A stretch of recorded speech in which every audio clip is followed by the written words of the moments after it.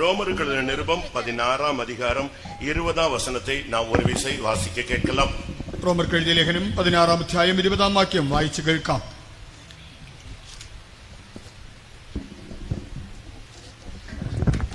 சமாதானத்தின் தேவன் சீக்கிரமாய் சாத்தானை உங்கள் கால்களின் கீழே நசுக்கி போடுவார். நம்முடைய கர்த்தராகிய இயேசு கிறிஸ்துவினுடைய கிருபை உங்களுடனே கூட இருப்பதாக. ആമേൻ. സമാധാനത്തിന്റെ ദൈവമോ വേഗത്തിൽ സാത്താനെ നിങ്ങളുടെ കാൽ കീഴെ ചതച്ചു കളയും. നമ്മുടെ കർത്താവായ യേശു ക്രിസ്തുവിന്റെ കൃപ നിങ്ങളോട് കൂടി ഇരിക്കുമാറാകട്ടെ. കർത്തരുடைய പരിശുദ്ധ നാമத்துக்கு മഹിമ ഉണ്ടാവதாக. കർത്താവിന്റെ വിശുദ്ധ നാമം മഹത്വപ്പെടുമാറാകട്ടെ. സമാധാനത്തിൻ ദേവൻ സാത്താനെ ഉങ്ങൾ കാൽകളിൻ കീഴെ നസുക്കി പോടുവാർ എന്ന് നാം ഇപ്പോൾ വാസിക്കുക. നാം ഇപ്പോൾ വായിച്ചു കേട്ടത് സമാധാനത്തിന്റെ ദൈവം സാത്താനെ നമ്മുടെ കാൽ കീഴെ ചതച്ചു കളയുമെന്നാണ്. ஆண்டவராகிய இயேசு கிறிஸ்து இந்த பூமியிலே கடந்து வந்ததனுடைய பிரதான நோக்கம் அதுவாகவே இருக்கிறது. നമ്മുടെ കർത്താവായ യേശു ക്രിസ്തു ഈ ഭൂമിയിൽ ആഗതനായതിന്റെ പ്രധാന ഉദ്ദേശം ഇത് തന്നെയാണ്. ஆண்டவராகிய இயேசு கிறிஸ்து இந்த உலகத்தில் பிறந்தது, மரித்தது, மறுபடி உயிரோடு எழும்பினது, மறுபடி பரத்திற்கு போனது, மறுபடியும் வரப்போகிறது எல்லாமே தெளிவாக சொல்லப்பட்டாலும் இயேசு கிறிஸ்து இந்த பூமியிலே கடந்து வந்ததற்கு மிக முக்கியமான ஒரு நோக்கம் சாத்தானை நசுக்கும்படியாக. നമ്മുടെ കർത്താവായ യേശു ക്രിസ്തു ലോകത്തിൽ ആഗതനായി അവൻ കഷ്ടങ്ങൾ സഹിച്ചു, അവൻ മരിച്ചു, അവൻ ഉയർത്തെഴുന്നേറ്റു, സ്വർഗാരോഹണം ചെയ്തു, അവൻ വീണ്ടും വരും. ഇതൊക്കെ വ്യക്തമായി പറയുന്നുവെങ്കിലും കർത്താവായ യേശു ക്രിസ്തു ലോകത്തിൽ വന്നതിന്റെ ഒരു പ്രധാന ഉദ്ദേശം എന്നത് സാത്താനെ നമ്മുടെ കാൽക്കീഴെ ചതച്ചു കളയുവാൻ വേണ്ടിയാണ്. இதைத்தான் ஆதியாகமம் 3 அதிகாரம் 15 வசனத்தை நாம் பார்க்கும் பொழுது ஸ்ரீயின் வித்தானவர் உன் தலையை நசுக்குவார் என்று சொல்லப்பட்டிருக்கிறது. ഉൽപ്പത്തി പുസ്തകം 3 അധ്യായം 15 വാക്യത്തിൽ സ്ത്രീയുടെ സന്തതി നിന്റെ തലയെ തകർക്കും എന്ന് അവിടെ പറഞ്ഞിരിക്കുന്നു. அவர்தான் ஆண்டவராகிய இயேசு கிறிஸ்து. അത് നമ്മുടെ കർത്താവായ യേശു ക്രിസ്തു. அவர் இந்த உலகத்திலே வந்து சாத்தானுடைய தலையை நசுக்கினது மாத்திரமல்ல பிரியமானவர்களே, இன்றைக்கும் அவன் எழும்பும் பொழுது மறுபடியும் அவன் சபையின் கீழே, சபையினுடைய காலின் கீழே அதை மறுபடியும் நசுக்கி போடுவார் என்று சொல்லப்பட்டிருக்கிறது. കർത്താവായ യേശു ക്രിസ്തു സാത്താന്റെ തലയെ തകർത്തത് മാത്രമല്ല, ഇന്നും അവൻ എഴുന്നേൽക്കുമ്പോൾ സഭയുടെ കാൽ കീഴെ സാത്താന്റെ തലയെ ചതച്ചു കളയുമെന്ന് പറഞ്ഞിരിക്കുന്നു. இன்றைக்கும் அவனுடைய சக்திகள் பூமியிலே பல விதங்களில் கிரியை செய்கிறதை நாம் பார்க்கிறோம். ഇന്നും അവന്റെ ശക്തി പല വിധത്തിൽ ഭൂമിയിൽ പ്രവർത്തിക്കുന്നത് നമുക്ക് കാണാമല്ലോ. இன்றைக்கு அவனை கீழே தள்ளிவிட்டபடினால் அவன் பல இடங்களில் இருந்து பல விதங்களில் சபைக்கு விரோதமாக, ஜனத்துக்கு விரோதமாக, இல்லாவிட்டால் தேசத்தில் உள்ளதான பாவப்பட்ட ஜனங்களுக்கு விரோதமாக அவன் போராடுகிறதை நாம் இன்றைக்கு கண்கூடாக காண்கிறோம். അവനെ താഴെ തള്ളിയിട്ടത് കൊണ്ട് അവൻ സഭയ്ക്ക് വിരോധമായി, ജനത്തിന് വിരോധമായി, ദേശത്തിലെ സാധാരണക്കാർക്ക് വിരോധമായി പല നിലകളിൽ പ്രവർത്തിക്കുന്നത് നമുക്കിന്ന് വ്യക്തമായി കാണുവാൻ കഴിയും. தனக்கு அந்த மேன்மையான இடம் கிடைக்காத பொழுது தன்னை போல யாருக்குமே அது கிடைக்க கூடாது என்பது பிசாசினுடைய ஒரு தந்திரமாக இருக்கிறது. ഉന്നത സ്ഥാനം തനിക്ക് ലഭിക്കാത്തത് കൊണ്ട് തനിക്ക് ലഭിക്കാത്ത സ്ഥാനം മറ്റുള്ള ആർക്കും ലഭിക്കരുതെന്നുള്ളതാണ് പിശാചിന്റെ ദുരുദ്ദേശം. യേശയ്യാ 14 அதிகாரத்தின்படி அவனை அவர் மேலே இருந்து கீழே தள்ளுகிறதை நாம் பார்க்க முடியும். യെശയ്യാവ് 14 അധ്യായ പ്രകാരം നോക്കിയാൽ കർത്താവ് അവനെ മുകളിൽ നിന്ന് താഴേക്ക് തള്ളിയിടുന്നത് കാണാം. அவன் தன் இருதயத்திலே வடதிசையில் உள்ள சீயோன் பர்வதத்தை வாஞ்சித்த பொழுது உடனே அவனை கீழே தள்ளுகிறதாக நாம் பார்க்கிறோம். ഉത്തരാദിക്കിലുള്ളതായ സിയോൻ പർവ്വതം അവൻ തന്റെ ഹൃദയത്തിൽ മോഹിച്ചപ്പോൾ അവനെ താഴേക്ക് തള്ളിയിട്ടതായി കാണാം. യേശയ്യാ 14:13 நாம் அதை பார்க்க முடியும். യെശയ്യാവ് 14:13 അത് കാണാം. தொடர்ச்சியாக நீங்கள் பார்க்கும் பொழுது அவனை அகால பாதாளத்திலே தள்ளி விடுகிறார் என்று சொல்லப்பட்டிருக்கிறது. തുടർന്ന് വായിക്കുമ്പോൾ അവനെ അഗാധ പാതാളത്തിൽ തള്ളിയിടുന്നതായും കാണാം. இன்றைக்கும் கூட அவனுடைய வல்லமைகள் சபைக்கு விரோதமாக, ஜனத்துக்கு விரோதமாக, தேசத்துக்கு விரோதமாக போராடுகிறதை நாம் எல்லாரும் உணர்கிறோம். ഇന്നും അവന്റെ ശക്തികൾ സഭയ്ക്ക് വിരോധമായി, ജനത്തിനെതിരായി, ദേശത്തിനെതിരായി പോരാടുന്നത് നമുക്ക് മനസ്സിലാക്കാം. இன்றைக்கும் கூட ஒவ்வொரு தேசத்தின் வல்லமைகள் முழுவதுமே தேசத்தை அவன் கட்டுப்படுத்துகிறான் என்றும் கூட வேதத்தில் இருந்து நாம் விளங்கிக் கொள்ள ഇന്നും ബൈബിളിൽ നിന്ന് മനസ്സിലാക്കുവാൻ കഴിയുന്നുണ്ട്. മുഴു ലോകത്തിനും ദേശങ്ങളുടെ ശക്തിയെ അവൻ നിയന്ത്രിക്കുന്നു എന്ന് മനസ്സിലാക്കാൻ കഴിയുന്നു. இந்த முதலாம் நாள் கூட்டத்திலே சாத்தானை நாம் நசுக்க வேண்டியபடியாக தேவன் விரும்புகிறார். ഇന്ന് ഒന്നാമത്തെ യോഗത്തിൽ തന്നെ സാത്താനെ നാം ചതച്ചു കളയണമെന്ന് ദൈവം ആഗ്രഹിക്കുന്നു. இந்த கேரளத்திலே போராடி கொண்டிருக்கிற வல்லமைகளை நாம் மிதிக்கும் பொழுது, நசுக்கும் பொழுது மறுபடியும் இந்த ஊழியங்கள் தலை தூங்க ஒரு வாய்ப்பு இருக்கிறது. ഈ കേരളത്തിൽ പോരാടുന്നതായ ശത്രുവിന്റെ ശക്തികളെ നാം ചതച്ചു കളയുമ്പോൾ വീണ്ടും ഇവിടെ വേല അഭിവൃദ്ധിപ്പെടുവാനുള്ളതായ അവസരമുണ്ട്. ஒவ்வொரு தேசத்துக்கும் ஒவ்வொரு வல்லமைகள் விழுந்து அதை கட்டுப்படுத்திக் கொண்டிருக்கிறதாக வேதம் சுட்டிக்காட்டுகிறது. ഓരോ ദേശത്തിനെതിരായി വീണുപോയതായ ശക്തികൾ എഴുന്നേറ്റ് അതിനെ നിയന്ത്രിക്കുന്നതായി ബൈബിൾ പറയുന്നു. அன்றைக்கு மேலே இருந்து தள்ளிவிடப்பட்ட ஒரு கூட்டம் சக்தி வானத்தில் நின்றதாகவும், அடுத்த ஒரு கூட்டம் பூமியில இருந்ததாகவும், அடுத்த ஒரு கூட்டம் பாதாளத்தில் போய் விழுந்ததாகவும் வேதம் சுட்டிக்காட்டுகிறது. അന്ന് തള്ളിയിടപ്പെട്ടതായ ശക്തികളിൽ ഒരു കൂട്ടം ആകാശത്തിലും ഒരു കൂട്ടം ഭൂമിയിൽ വീണു, മറ്റൊരു കൂട്ടം അവിടെ നിന്ന് പാതാളത്തിലേക്കും തള്ളപ്പെട്ടതായി ബൈബിൾ പറയുന്നു. നാം ഇதை சரியான விதத்தில் விளங்கிக் கொள்ள முடியும். നാം ഇത് വ്യക്തമായി മനസ്സിലാക്കണം. லூக்கா எழுதின சுவிசேஷத்தை நாம் பார்க்கும் பொழுது, ലൂക്കോസ് എഴുതിയ സുവിശേഷം വായിക്കുമ്പോൾ 10 அதிகாரம் 18 வசனத்திலே அந்த விழுந்து போன ஒரு வல்லமை வானத்திலேயே நின்று கொண்டதாக பார்க்கிறோம். 10 അധ്യായം 18 വാക്യത്തിൽ അവിടെ തള്ളപ്പെട്ടതായ ശക്തി അത് ആകാശത്തിൽ നിൽക്കുന്നതായി കാണാം. வெளிப்படுத்தல் 2 அதிகாரம் 13 வசனத்தை பார்க்கும் பொழுது சாத்தான் தன்னுடைய சிங்காசனத்தை பூமியிலே போட்டிருக்கிறதாக வேதம் சொல்லுகிறது. വെളിപ്പാട് പുസ്തകം 2 അധ്യായം 13 വാക്യത്തിൽ സാത്താൻ തന്റെ സിംഹാസനം ഭൂമിയിൽ സ്ഥാപിച്ചിരിക്കുന്നെന്ന് ബൈബിൾ പറയുന്നു. യൂദാ നിരുപത്തിലെ 6 വസനത്തെ பார்க்கும் பொழுது അന്ധകാരത്തിലെ ഒരു വല്ലമയെ തള്ളി അവർ കട്ടി മുദ്രൈ പോട്ട് வைத்திருக்கிறார் என்றும் വേദം சொல்லுகிறது. യൂദായുടെ ലേഖനം 6 അധ്യായത്തിൽ വായിക്കുമ്പോൾ ഒരു കൂട്ടം ദൂതന്മാരെ അവൻ അന്ധകാര ചങ്ങലയിൽ ബന്ധിച്ചു വെച്ചിരിക്കുന്നെന്ന് കാണാം. அங்கே வானத்தில் மட்டுமல்ல, இங்கேயும் சாத்தான் தன்னுடைய சிங்காசனத்தை போட்டு வைத்திருக்கிறான். ஆனால் தான் தேசங்கள் அவனுடைய கட்டுப்பாட்டில் இருக்கிறது. நாம் சரியாக அந்த வல்லமையை அழிக்கும் பொழுதுதான் நமக்கு விடுதலையும் ஜெயமும் சபையினுடைய ஸ்தானமும் பாதுகாக்கப்படும். ആകാശത്തിൽ മാത്രമല്ല, ഭൂമിയിലും സാത്താൻ തന്റെ സിംഹാസനം സ്ഥാപിച്ചവൻ ദേശങ്ങളെ ഭരിക്കുന്നത് കൊണ്ട് നാം ഈ നാളുകളിൽ അവന്റെ തലയെ തകർത്തെങ്കിൽ മാത്രമേ വീണ്ടുമായിട്ട് സഭയുടെ ആസ്ഥാനം സൂക്ഷിക്കപ്പെടൂ. தானியேல் 10 அதிகாரம் 13 வசனத்திலே பார்க்கும் பொழுது பெர்சியாவின் அதிபதி என்ற ஒரு வார்த்தையை நாம் பார்க்கிறோம். ദാനിയേൽ 10:13 വായിക്കുമ്പോൾ പാർസി സാമ്രാജ്യത്തിന്റെ പ്രഭു എന്ന് കാണാം. தானியேல் 10:20 பார்க்கும் பொழுது கிரேக்கு தேசத்தின் அதிபதி என்று பார்க்கிறோம். 10:20 കാണുമ്പോൾ യവന ദേശത്തിന്റെ പ്രഭു എന്ന് കാണാം. இந்த வல்லமைகள் அந்தந்த தேசத்தை கட்டுப்படுத்திக் கொண்டு ஒரு மனிதன் என்ற பெயரிலே உலகத்திலே ஒரு கட்சி ஒரு பார்ட்டியை வைத்து அது ஆளுகை செய்தாலும் இதற்கு பின்னாலே ஒரு வல்லமை இருக்கிறது. ഈ ദുഷ്ടശക്തികൾ അതാത് ദേശത്തെ അവ നിയന്ത്രിച്ചു വയ്ക്കുന്നു. ഒരു വ്യക്തിയുടെ രൂപത്തിലോ അല്ലെങ്കിൽ ഒരു സംഘടനയുടെ രൂപത്തിലോ അവ പ്രവർത്തിക്കുന്നുവെങ്കിലും ഇതിന്റെ പിന്നിൽ ഒരു വലിയ പൈശാചിക ശക്തിയുണ്ട്. சரியான அபிஷேகமும் சரியான வெளிப்படுத்தலும் உள்ள தேவ ஜனங்கள் மட்டுமே இந்த வல்லமையை புரிந்து கொள்ளவும் முடியும், இந்த வல்லமையை மேற்கொள்ளவும் முடியும். ശരിയായ അഭിഷേകം വെളിപ്പാടുമുള്ളതായ ദൈവജനത്തിന് മാത്രമേ ഇതിനെ തിരിച്ചറിയാനും കീഴ്പ്പെടുത്തുവാനും കഴിയൂ. இந்த வல்லமையினுடைய சக்திகள் என்ன?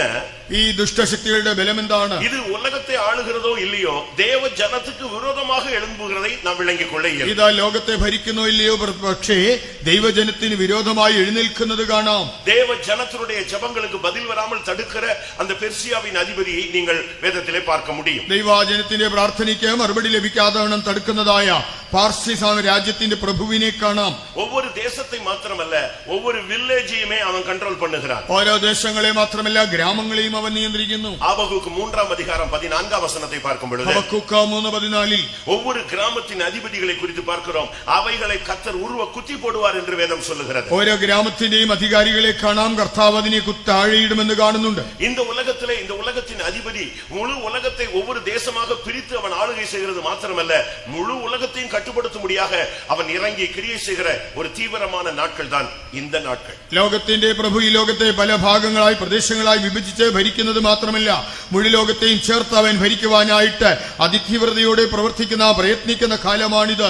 இந்த முதல் நாள் கூட்டத்திலேயே சாத்தானை கட்டிவிட்டால் மீதி உள்ள கூட்டங்கள் எல்லாம் ஆசீர்வாதமாக செழிப்பாக எந்த பிரச்சனை இல்லாமல் நடக்கும் என்று நான் விசுவாசிக்கிறேன். ആകയാൽ ഈ പ്രാരംഭ യോഗത്തിൽ തന്നെ സാത്താനെ നാം ബന്ധിച്ചു കഴിഞ്ഞാൽ ഇനിയുള്ള യോഗങ്ങളെല്ലാം തന്നെ തടസ്സം കൂടാതെ വളരെ സമൃദ്ധിയായി നല്ല നിലയിൽ നടക്കുമെന്ന് ഞാൻ പ്രതീക്ഷിക്കുന്നു. சிலுவையிலே அவனுடைய தலையை நசுக்கிறது மாத்திரமல்ல, ரோமர் 16:20 சொல்லுகிறது, மறுபடியும் உங்கள் கால்களின் கீழே அவனை ஒரு விசை நசுக்கி போடுவார். ക്രൂശിൽ അവന്റെ തലയെ തകർത്ത് കളഞ്ഞത് മാത്രമല്ല, റോമർ 16:20 വായിക്കുമ്പോൾ ദൈവം വീണ്ടും സാത്താനെ നിങ്ങളുടെ കാൽ കീഴെ ചതച്ചു കളയും. சிலுவையில் அவர் பெற்ற ஜெயத்தை நாம் முதலாவது நமக்கு சொந்தமாக மாற்ற வேண்டும். ക്രൂശിൽ അവൻ നേടിയതായ ജയത്തെ നാം ആദ്യം നമ്മുടെ സ്വന്തമാക്കി മാറ്റണം. நாம் எப்பொழுதெல்லாம் ஒவ்வொரு ஸ்தானத்தை எட்டுகிறோமோ, அபிஷேகத்தில் வளருகிறோமோ, இல்லாவிட்டால் தாழ்ந்து போகிறோமோ, அந்த நேரங்கள் எல்லாம் இந்த சக்தி நம்மை சந்திப்பதை நாம் பார்க்க இயலும். നാം നമ്മുടെ ആത്മീയ ജീവിതത്തിൽ മുന്നേറുമ്പോൾ, അഭിഷേകം പ്രാപിക്കുമ്പോൾ, ഒരു സ്ഥാനത്തെത്തുമ്പോൾ, അല്ലെങ്കിൽ നമുക്കൊരു അധപതനം ഉണ്ടാകുമ്പോഴെല്ലാം ഈ ശത്രുവിന്റെ ശക്തികൾ നമ്മെ നേരിടുന്നത് നമുക്ക് കാണാം. இயேசு அபிஷேகம் பெற்றவராக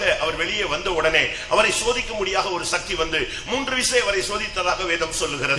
எல்லாருக்கும் தெரியும். യേശു അഭിഷേകം പ്രാപിച്ചപ്പോൾ തന്നെ സാത്താൻ അവന്റെ അടുക്കൽ വന്ന് അവനെ 3 പ്രാവശ്യം പരീക്ഷിച്ചത് നമുക്ക് എല്ലാവർക്കും അറിയാം. இவனை குறித்து இயேசு கிறிஸ்து திரும்ப பேசும் பொழுது அவன் ஒரு உலகத்தின் அதிபதி என்று அவர் பேசுகிறார். കർത്താവായ യേശു ക്രിസ്തുവിനെ കുറിച്ച് വീണ്ടും പറയുമ്പോൾ ലോകത്തിന്റെ പ്രഭു എന്നാണ് പറയുന്നത്. கர்த்தருடைய பரிசுத்த நாமத்துக்கு மகிமை உண்டாவதாக. കർത്താവിന്റെ വിശുദ്ധ നാമം മഹത്വപ്പെടുമാറാകട്ടെ. யோவான் 12:31 அவர் அவனை உலகத்தின் அதிபதி என்று இயேசு சுட்டிக்காட்டுகிறார். യോഹന്നാൻ 12:31 കർത്താവായ യേശു അവനെ ലോകത്തിന്റെ പ്രഭു എന്നാണ് ചൂണ്ടിക്കാണിക്കുന്നത്.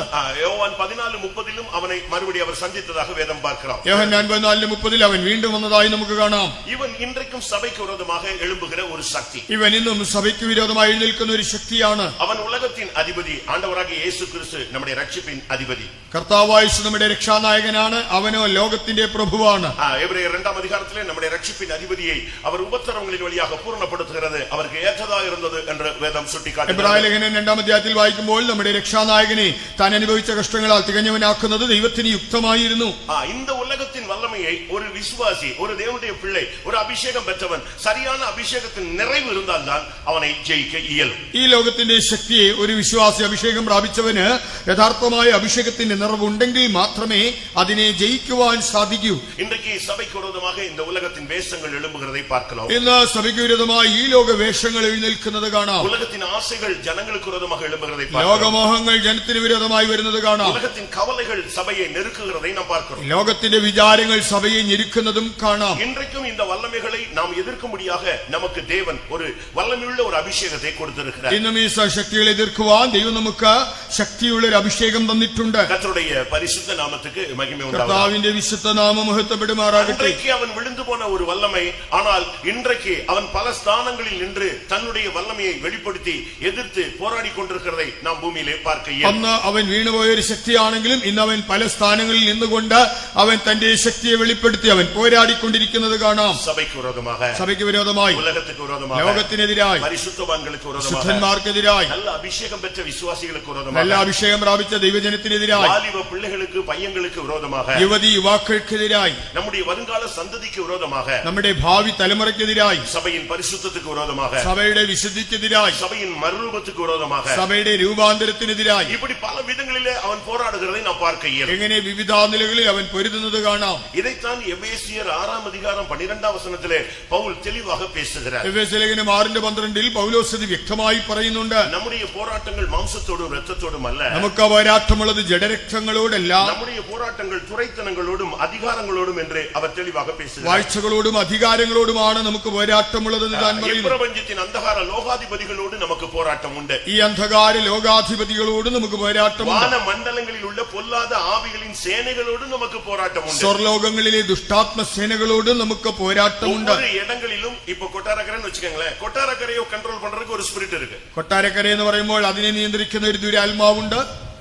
நம்முடைய ஒரு பாஸ்டர் திருப்பதிக்கு மாற்றமாகி போனார். നമ്മുടെ ഒരു പാസ്റ്റർ തിരുപ്പതിക്ക് സ്ഥലം മാറ്റമായി പോയി. அவர் புதிதாக அந்த பழைய ஃபெய்த்தவங்க போயிருந்த போது താൻ അവിടെ ആദ്യമായി ആ പഴയ ഫെയ്ത്തോവിൽ ചെന്നപ്പോൾ ஃபர்ஸ்ட் நாள் அவர் மார்னிங் பிரைசிங் முடிச்சிட்டு வெளியே வந்து படுத்திருந்தார். താൻ അതിരാവിലെ സ്തോത്രാരാധന കഴിഞ്ഞു വന്ന് കിടന്നു. கொஞ்ச நேரத்துல ஒரு லைட் தெரிந்தது. അപ്പോൾ ഒരു വെളിച്ചം കണ്ടു. தூரத்துல இருந்து அது வந்து கொண்டே இருந்தது. ദൂരെ നിന്ന് അത് വന്നുകൊണ്ടിരുന്നു. அவருக்கு ஆச்சரியமா இருந்துச்சு, இப்படி இவ்வளவு நாள் நம்ம பார்த்ததே இல்லையே. താൻ അത്ഭുതപ്പെട്ട് ഇതുവരെ കണ്ടിട്ടില്ലല്ലോ. அது வந்து கொண்டே இருந்தது. അതിങ്ങനെ അടുത്ത് വരുന്നു. அவர் ஒரு அப்படி யோசிச்சார், ஒருவேளை ஃளைட் லைட்டா இருக்கும், கொஞ்சம் தாள அடிச்சிட்டு போறான்னு போல. ഒരു വിമാനത്തിന് വെളിച്ചമാകാം, അതൊരൽപ്പം താഴ്ന്നു പറക്കുകയായിരിക്കാം. நேரமாக ஆக அது ரொம்ப க்ளோஸாகவே வந்து விட்டது. എന്നാൽ അത് വളരെ അടുത്ത് വന്നു. அப்பொழுது அவருக்கு ஒரு டவுட், ஒருவேளை கர்த்தர் ஏதோ ஒரு வெளிச்சம் ஒரு தரிசனம் கொடுக்கிறாரோ இப்படி வேற மாதிரி சிந்திக்க ஆரம்பிச்சார். അപ്പോൾ താൻ ചിന്തിച്ചത് ഇനി ദൈവം തരുന്ന ദർശനമായിരിക്കുമോ. இன்னும் கொஞ்ச நேரத்துல அது ஃபேட்டம்குள்ளே வந்துருச்சு. എന്നാൽ അല്പസമയത്തിനുള്ളിൽ അത് വിശ്വാസ വീട്ടിൽ വന്നു. அந்த வெளிச்சம் கிட்ட வந்த உடனே தான் இவருக்கு புரிஞ்சது, அந்த வெளிச்சத்துல இருந்து சந்தனம் குங்குமம் இந்த ஒரு மாதிரி வித்தியாசமான ஸ்மெல் அடிக்க ஆரம்பிச்சு. അപ്പോൾ ആ വെളിച്ചം അടുത്ത് വന്നപ്പോഴാണ് അതിൽ നിന്ന് കുങ്കുമത്തിന്റെയും ചന്ദനത്തിന്റെയും എല്ലാം ഒരു ഗന്ധം വരുവാൻ തുടങ്ങി. உடனே அபிஷேகத்துல இருந்து எழும்பி அந்நிய பாஷை பேசி அந்த ஆவியை கடிந்து, உனக்கு எங்க இங்க என்ன வேலை போ அப்படின்னு சொன்னார். ഉടനെ താൻ ആത്മാവിൽ നിറഞ്ഞ അന്യഭാഷയിൽ സംസാരിച്ച് ആ ദുരാത്മാവിനെ ശാസിച്ച് നിനക്ക് ഇവിടെ എന്ത് കാര്യമെന്ന് പറഞ്ഞ് അതിനെ ഓടിച്ചു. அந்த வெளிச்சத்திலிருந்து ஒரு சத்தம், ആ വെളിച്ചത്തിൽ നിന്നൊരു ശബ്ദം, புதிதாக வந்திருக்கிறாய் என்று கேள்விப்பட்டேன், பார்த்து விட்டு போகலாம் என்று வந்தேன். പുതുതായിട്ട് വന്നെന്ന് അറിഞ്ഞു, ഒന്ന് കണ്ടിട്ട് പോകാമെന്ന് കരുതി വന്നതാണ്. ஒரு ஆளு டிரான்ஸ்பர் ஆகி வந்ததுக்கு அது டைரக்டா வருது. ഒരാൾ സ്ഥലം മാറി വന്നെന്ന് അറിഞ്ഞപ്പോൾ നേരിട്ട് കാണാൻ വന്നതാണ്. இது என் வாழ்வில் நான் பார்க்கும் பொழுது, എന്റെ ജീവിതത്തിൽ ഞാൻ നോക്കുമ്പോൾ, நான் தஞ்சாவூர் போய் சேர்ந்தனே, ഞാൻ തഞ്ചാവൂരിൽ ചെന്നപ്പോൾ ஃபர்ஸ்ட் நாள் நான் படுத்தேன். ഞാൻ ആദ്യ ദിവസം അവിടെ കിടന്നപ്പോൾ ஒரு 2 நிமிஷம் கூட நான் படுத்தது, ഒരു 2 നിമിഷം പോലും ആയില്ല. ஒரு சக்தி ഒരു ശക്തി டைரக்டா அப்படி என் மேல வந்து அமர்வதற்கு வருகிறது. നേരിട്ട് എന്റെ മേലിരിക്കുവാൻ വരുന്നു. உடனே ஆவியானவர் இது ஒரு பிசாசு அப்படின்னு சொல்றாரு. ഉടനെ ദൈവാത്മാവ് പറഞ്ഞത് ഒരു പിശാചാണ്. அந்த செகண்ட் அபிஷேகம் நிறைஞ்ச உடனே அந்த ஆவி போனது. ചില സെക്കൻഡുകൾ ആത്മാവിൽ നിറഞ്ഞപ്പോൾ അത് പോയി. இப்படி பலவிதமான வல்லமைகள் ஒவ்வொரு ஊழியர்களுக்கும், ஒவ்வொரு தேவனுடைய பிள்ளைகளுக்கும், ஒவ்வொரு தேசத்துக்கும், ஒவ்வொரு கிராமத்துக்கும், ஒவ்வொரு தேவ வல்லமையும் போராடி கொண்டிருக்கிறதை தேவ ஜனங்கள் விளங்கிக் கொள்ளணும். பிசாசின் தந்திரங்களை நீங்கள் அறியாதவர்கள் அல்லவே. ഇങ്ങനെ ഓരോ വിശ്വാസിക്കെതിരായി, ശുശ്രൂഷകനെതിരായി, സഭയ്ക്കെതിരായി, ഗ്രാമങ്ങൾക്കെതിരായി, ദേശത്തിനെതിരായി പിശാചിന്റെ ശക്തി പോരാടുന്നു എന്നുള്ളത് നമ്മൾ മനസ്സിലാക്കണം.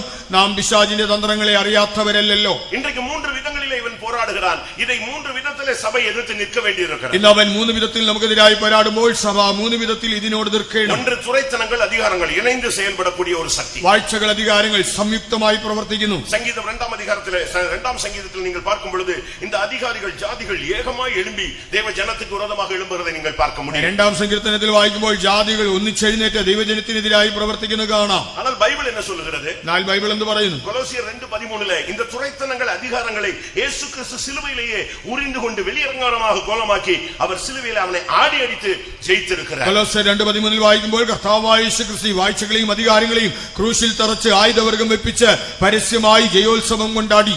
சரியான ஒரு அபிஷேகம் இருந்தாதான் சபை இல்லாவிட்டால் ஒரு தேவனுடைய பிள்ளை இந்த வல்லமையை எதிர்த்து மேற்கொள்ள இயலும். യഥാർത്ഥ അഭിഷേകമുണ്ടെങ്കിൽ മാത്രമേ ദൈവജനത്തിനും ദൈവസഭയ്ക്കും ഇതിനെ കീഴ്പ്പെടുത്തി ജയമെടുക്കുവാൻ കഴിയൂ. இந்த துரைத்தனங்கள் அதிகாரங்களை இவன் கட்டுப்படுத்திக் கொண்டு இவன் இதை வைத்து மேற்கொள்ளலாம் என்று நினைக்கிறான். ஆனால் தேவன் சொல்லுகிறார் உண்டாயிருக்கிற அதிகாரம் எல்லாம் என்னால் உண்டாயிருக்கிறது என்று அவர் ഈ பேசுகிறார். വാഴ്ചകളെയും അധികാരങ്ങളെയും അവൻ നിയന്ത്രിച്ച് അത് നിമിത്തം ജയമെടുക്കാമെന്ന് പിശാചി കരുതുമ്പോൾ ദൈവം പറയുന്നുണ്ട് എല്ലാ അധികാരവും ദൈവത്താൽ മാത്രമാണ്. அது மாத்திரமல்ல, நம்முடைய ஜெபங்கள் மேலே போகாத வண்ணம், ஜெபத்துக்கு பதில் வராத வண்ணம் ஒரு சக்தி போராடி கொண்டிருக்கிறது. നമ്മുടെ പ്രാർത്ഥനകൾ മുകളിലോട്ട് എത്താതെ വണ്ണവും അവിടെ നിന്ന് നമുക്ക് മറുപടി ലഭിക്കാതെ വണ്ണവും ഒരു ദുഷ്ടശക്തി പോരാടുന്നു. இந்த வல்லமைகள் என்ன செய்கிறது? ഈ ശക്തികൾ എന്താണ് ചെയ്യുന്നത്? வானத்திலே இருந்து போராடி கொண்டே இருப்பது.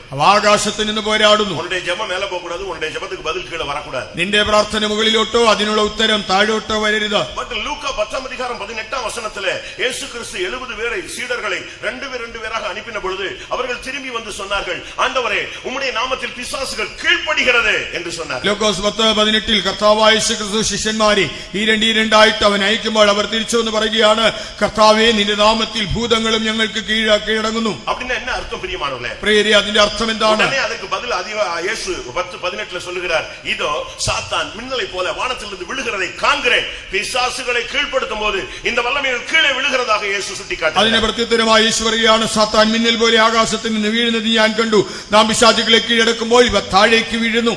இவைகள் தான் வான மண்டலங்களில் உள்ள பொல்லாத ஆவிகளின் சேனைகள். ഇവയാണ് സ്വർലോകങ്ങളിലെ ദുഷ്ടാത്മ സേനകൾ. இந்த வல்லமைகளை அபிஷேகம் பெற்றவர்கள் கீழ்ப்படுத்தும் பொழுது இந்த வல்லமைகள் செயலற்று போய் கீழே விழுகிறது. நம்முடைய விண்ணப்பங்கள், நம்முடைய ஜெபங்கள் மேலே போகிறது, கீழே நமக்கு பதில் வந்து சேருகிறது. അഭിഷേകം പ്രാപിച്ചതായ ദൈവജനങ്ങൾ ഇതിനെ കീഴ്പ്പെടുത്തുമ്പോൾ ഇവയെല്ലാം തന്നെ നിഷ്ക്രിയമായി താഴെ വീഴുന്നു. നമ്മുടെ പ്രാർത്ഥന മുകളിലേക്ക് എത്തുന്നു. അതിനുള്ളതായ മറുപടി നമുക്ക് താഴേക്ക് വരുന്നു. അടുത്ത ശക്തി ഇപ്രപഞ്ചത്തിൻ അന്ധകാര ലോകാധിപതി. അടുത്തതായിട്ട് ഈ ഇപ്പോഴത്തെ ദുഷ്ടാത്മസേനകൾ വെളിപ്പെടുത്തൽ 2:13 നാം பார்க்கும் பொழுது, വെളിപ്പാട് 2:13 വായിക്കുമ്പോൾ സാത്താനുடைய സിംഹാസനം இருக்கிற இடத்தில் நீ குடியிருக்கிறாய் என்று அங்கே சுட்டிக்காட்டப்படுகிறது. നീ പാർക്കുന്നത് സാത്താന്റെ സിംഹാസനമുള്ളിടത്ത്. 2 கொரிந்தியர் 4:4 சொல்லி இருக்கிறது, இப்பிரபஞ்சத்தின் தேவனானவன் ஜனத்தினுடைய மனக்கண்களை குருடாக்குறான் என்று சொல்லப்பட்டிருக்கிறது. 2 കൊരിന്ത്യർ 4:4 വായിക്കുമ്പോൾ ഈ ലോകത്തിന്റെ ദൈവം ജനത്തിന്റെ മനസ്സ് കുരുടാക്കി. ஆனபடியால்தான் நம்ம எவ்வளவு பிரசங்கம் பண்ணாலும் சரி, எத்தனை சத்தியங்களை சொன்னாலும் சரி, நம்முடைய ஜனங்களுக்கு எவ்வளவு போதித்தாலும் இந்த மனது கெடுக்கப்பட்டவர்கள் இங்கே இருக்கும் பொழுது, அவர்கள் அந்த வல்லமையினால தாக்கப்படும் பொழுது அவர்களுக்கு செயல் இல்லாமல் போய்விடுகிறது. ആകയാലാണ് എത്ര തന്നെ ഉപദേശിച്ചാലും എത്ര സത്യങ്ങളെ പ്രസംഗിച്ചാലും മനസ്സ് വഷളായവർ ഇവിടെ ഇരുന്നത് കേട്ടുകൊണ്ടിരുന്നാൽ അത് അവരുടെ മനസ്സിൽ അത് കടക്കുകയോ അവർക്കത് പ്രാവർത്തികമാക്കുവാനോ സാധിക്കുന്നില്ല. இதை பவுல் என்ன சொல்லுகிறார்? പൗലോസ് എന്താണ് പറയുന്നത്? വ്യക്തമായി പറയുന്നു, கிறிஸ்துவை பற்றிய உண்மை நின்று உங்களுடைய மனம் கெடுக்கப்படுமோ என்று நான் பயந்திருக்கிறேன் என்று அவர் பேசுகிறார். ക്രിസ്തുവിനോടുള്ള ഏകാഗ്രതയും നിർമ്മലതയും വിട്ടാൽ നിങ്ങളുടെ മനസ്സ് വഷളായി പോകുമോ എന്ന് ഭയപ്പെടുന്നു. 2 கொரிந்தியர் 11:2 நீ 3ஆம் வசனத்துல நீங்கள் இதை பார்க்க முடியும். 2 കൊരിന്ത്യർ 11:3 വാക്യത്തിൽ അത് കാണാം. பிரியமானவர்களே, வான மண்டலங்களில் உள்ள பொல்லாத ஆவிகளின் சேனைகள், இப்பிரபஞ்சத்தின் அந்தகார லோகாதிபதிகள், இந்த வல்லமைகள் எல்லாம் இன்றைக்கும் சபைக்கு விரோதமாக போராடுகிறது. ஆனால் வேதம் சொல்லுகிறது, அன்றைக்கு நான் சிலுவையிலே அவனை நசுக்கினது மாத்திரமல்ல, சமாதானத்தின் தேவன் இன்றைக்கு இந்த முதல் நாள் கூட்டத்திலே உங்கள் கால்களின் கீழே நசுக்கி போடுவார். ഈ അന്ധകാര ലോകാധിപതികളും സ്വർലോകങ്ങളിലെ ദുഷ്ടാത്മസേനകളും ഇന്ന് ആ സഭയ്ക്ക് വിരോധമായി പോരാടുമ്പോൾ കർത്താവ് എന്താണ് പറയുന്നത്? അന്ന് ഞാൻ അതിനെ ക്രൂശിൽ തറച്ച് ജയമെടുത്തത് മാത്രമല്ല, ഇന്ന് സഭയുടെ കാൽക്കീഴെ അവനെ അത് ചതച്ചു കളഞ്ഞ് അവന് ജയം നൽകും. മത്തയി 16:18 சொல்லுகிறது, பாதாளத்தின் வாசல்கள் சபையை ഒരു കാലം മേற்കൊള്ളുവതില്ല. 14:18 പറയുമ്പോൾ പാതാള ഗോപുരങ്ങൾ സഭയെ ഒരിക്കലും ജയിക്കുകയില്ല. பல வல்லமைகள் உங்களுக்கு விரோதமாக, சபைக்கு விரோதமாக, தேசத்துக்கு விரோதமாக, பரிசுத்தத்துக்கு விரோதமாக எழும்பலாம். ஆனால் முடிவிலே நமக்கு ஜெயம் உண்டு என்பதை நீங்கள் விசுவாசியுங்கள். പലവിധമായ ശക്തികൾ നമുക്കെതിരായി, സഭയ്ക്കെതിരായി, ദേശത്തിനെതിരായി, നമ്മുടെ വിശുദ്ധിക്കെതിരായി എഴുന്നേറ്റാലും ആത്യന്തിക ജയം നമ്മുടേതാണെന്ന് നമ്മൾ വിശ്വസിക്കുക. அன்றைக்கு தேவனுடைய திட்டத்தின்படி பிசாசின் தலையை அவர் சிலுவையிலே அந்த குருசிலே அவர் நசுக்கிறது மாத்திரமல்ல, இன்றைக்கு சபைக்காக மறுபடியும் ஒரு விஷயம் இந்த மாலை வேளையிலே உங்கள் உங்கள் குடும்பத்துக்கு, உங்களுடைய பிள்ளைகளுக்கு, உங்களுடைய சந்ததிக்கு, உங்களுடைய ஊழியங்களுக்கு விரோதமான வல்லமைகளை இன்றைக்கு உங்கள் காலின் கீழே நசரேயனாகிய இயேசு நசுக்கி போடுவார். അന്ന് ദൈവിക പദ്ധതി പ്രകാരം കാൽവരി ക്രൂശിൽ കർത്താവായ യേശു ക്രിസ്തു പിശാചിന്റെ തലയെ തകർത്തത് മാത്രമല്ല, ഇന്ന് നിങ്ങൾക്ക് വേണ്ടി, നിങ്ങളുടെ മക്കൾക്ക് വേണ്ടി, നിങ്ങളുടെ ശുശ്രൂഷയ്ക്ക് വേണ്ടി, നിങ്ങളുടെ നന്മയ്ക്കും അഭിവൃദ്ധിക്കുമായിട്ട് വീണ്ടുമായി സാത്താനെ നിങ്ങളുടെ കാൽക്കീഴെ അവൻ ചതച്ചു കളയും. இன்றைக்கு அந்த வல்லமைகள் உங்களுக்கு விரோதமாக எழும்புவதை நீங்கள் உணர்கிறீர்கள், அனுபவிக்கிறீர்கள். ഇന്ന് ആ ശക്തി നിങ്ങൾക്ക് വിരുദ്ധമായി നിൽക്കുന്നത് നിങ്ങൾ മനസ്സിലാക്കുന്നു, നിങ്ങൾ അത് അനുഭവിക്കുന്നു. பல விதமான சக்திகள் போராடுகிறதை நீங்க பார்க்கலாம். പലവിധ ശക്തികൾ പോരാടുന്നത് കാണാം. முந்தைய காலங்களில் நீங்க பெந்தெகோஸ்தே சபைகளில் பாத்தீங்கன்னு சொன்னா பிசாசு பிடிச்சு ஆடுறவங்களை அதிகமா பார்க்கலாம். മുൻകാലങ്ങളിൽ പെന്തക്കോസ്ത് സഭകളിൽ പിശാചി പിടിച്ചാടുന്നവരെ ധാരാളം കാണാം. அது ஒரு ஊழியம் மாதிரி நம்ம ஆட்கள் செஞ்சுக்கிட்டு இருந்தாங்க. നമ്മുടെ ആളുകൾ അതൊരു ശുശ്രൂഷയായി ചെയ്തുകൊണ്ടിരുന്നു. ஆனா இப்போ எல்லாம் எந்த பிசாசும் ஆடுறது இல்ல, அது அமைதியா இருந்து தன்னுடைய ஒர்க் மட்டும் எல்லாருக்குள்ளேயும் பண்ணிக்கிட்டு இருக்கிறதாக நான் உணர்கிறேன். എന്നാൽ ഇന്ന് പിശാച് അങ്ങനെ ആടാറൊന്നുമില്ല, അത് മൗനമായിരുന്ന് മിണ്ടാതിരുന്ന് തന്റെ പ്രവൃത്തി ചെയ്തുകൊണ്ടിരിക്കുന്നതെന്ന് മനസ്സിലാക്കുന്നു. அதான் ஒரு பாஸ்டர் சொன்னாரு, ஆடுற பிசாசை துரத்திடலாம், இந்த ஆடாம உள்ள இருந்து வாழ்க்கையவே ஆடிக்கொண்டிருக்க இதுதான் ரொம்ப கஷ்டம் சொன்னாரு. അതാണ് ഒരു പാസ്റ്റർ പറഞ്ഞത്, ഇങ്ങനെ ആടുന്ന പിശാചിനെ നമുക്ക് എളുപ്പത്തിൽ പുറത്താക്കാം, എന്നാൽ ഇങ്ങനെയൊന്നും ചെയ്യാതെ അകത്തിരുന്നു കൊണ്ട് മനുഷ്യനെ നിയന്ത്രിക്കുന്ന ദുരാത്മാവിനെ നമുക്ക് എന്തെങ്കിലും ചെയ്യുവാൻ പ്രയാസമാണ്. உங்களுடைய ஊழியம், உங்களுடைய வாழ்க்கை, உங்களுடைய குடும்பம், உங்களுடைய சந்ததி இதுக்கு விரோதமாக பல வல்லமைகள் போராடுகிறது நீங்கள் உணர முடியும். നിങ്ങളുടെ ശുശ്രൂഷ, നിങ്ങളുടെ കുടുംബം, നിങ്ങളുടെ ജീവിതം, നിങ്ങളുടെ തലമുറകൾക്ക് വിരോധമായി പലവിധമായ ശക്തികൾ പോരാടുന്നത് മനസ്സിലാക്കാം. ലൂക്കാ 13:16 பார்க்கும் பொழுது சாத்தான் 13 வருஷமாக 18 வருடமாக கட்டப்பட்ட ஒரு நிலவரத்தில் ஒரு பெண்ணை நாம் பார்க்கிறோம். அவளும் ஃபெய்த்தோம்ல தான் இருந்தாள். ലൂക്കോസ് 13:16 വായിക്കുമ്പോൾ സാത്താൻ 18 കൊല്ലം ബന്ധിച്ചിരുന്നതായ ഒരു സ്ത്രീയെ നമുക്ക് കാണുവാൻ കഴിയുന്നുണ്ട്. അവളും ഈ കൂട്ടായ്മയിൽ തന്നെയായിരുന്നു. 2 കൊരിന്ത്യർ 12 அதிகாரத்திலே ஒரு பிரதான அப்போஸ்தலனாகிய பவுல் பேசுகிறார். என்ன சொல்லுகிறார்? என்னுடைய சரீரத்தில் ஒரு முள் இருக்கு, அது சாத்தானுடைய தூதன், அது என்னை குட்டிக்கிட்டே இருக்கிறது என்று ஒரு தெய்வீகமான மனுஷன் பேசுகிறான். அவனுடைய ஊழியத்தை சரியா செய்ய விடாம அந்த வல்லமைகள் குட்டிக் கொண்டிருந்ததாக சொல்லுகிறார். 2 കൊരിന്ത്യർ 12 അധ്യായത്തിൽ അപ്പോസ്തലന്മാരിൽ പ്രധാനിയായ വിശുദ്ധ പൗലോസ് ഇങ്ങനെയാണ് പറയുന്നത്, എന്റെ ശരീരത്തെ കുത്തുവാനായിട്ട് ഒരു സാത്താന്റെ ദൂതനുണ്ട്, തന്റെ ശുശ്രൂഷ നന്നായി ചെയ്യുവാൻ കഴിയാതെ വേണം ആ ശ്രേഷ്ഠനായ വ്യക്തിയുടെ ജീവിതത്തിലും പിശാച് പോരാടിക്കൊണ്ടിരുന്നു. நீங்கள் எந்த நிலவரத்தில் வந்திருந்தாலும் இன்றைக்கு தேவன் உங்களுக்கு கொடுக்கிற வசனத்தை நீங்கள் பிடித்துக் கொள்ளுங்கள். சாத்தானை உங்கள் காலின் கீழில் இந்த கூட்டம் முடியறதுக்குள்ளே நசுக்கி போடுவார் என்று நான் விசுவாசிக்கிறேன். നിങ്ങൾ വന്നത് ഏതവസ്ഥയിലാണെങ്കിലും നിങ്ങൾക്ക് ലഭിക്കുന്നതായ വചനത്തെ മുറുകെ പിടിച്ചുകൊള്ളുക.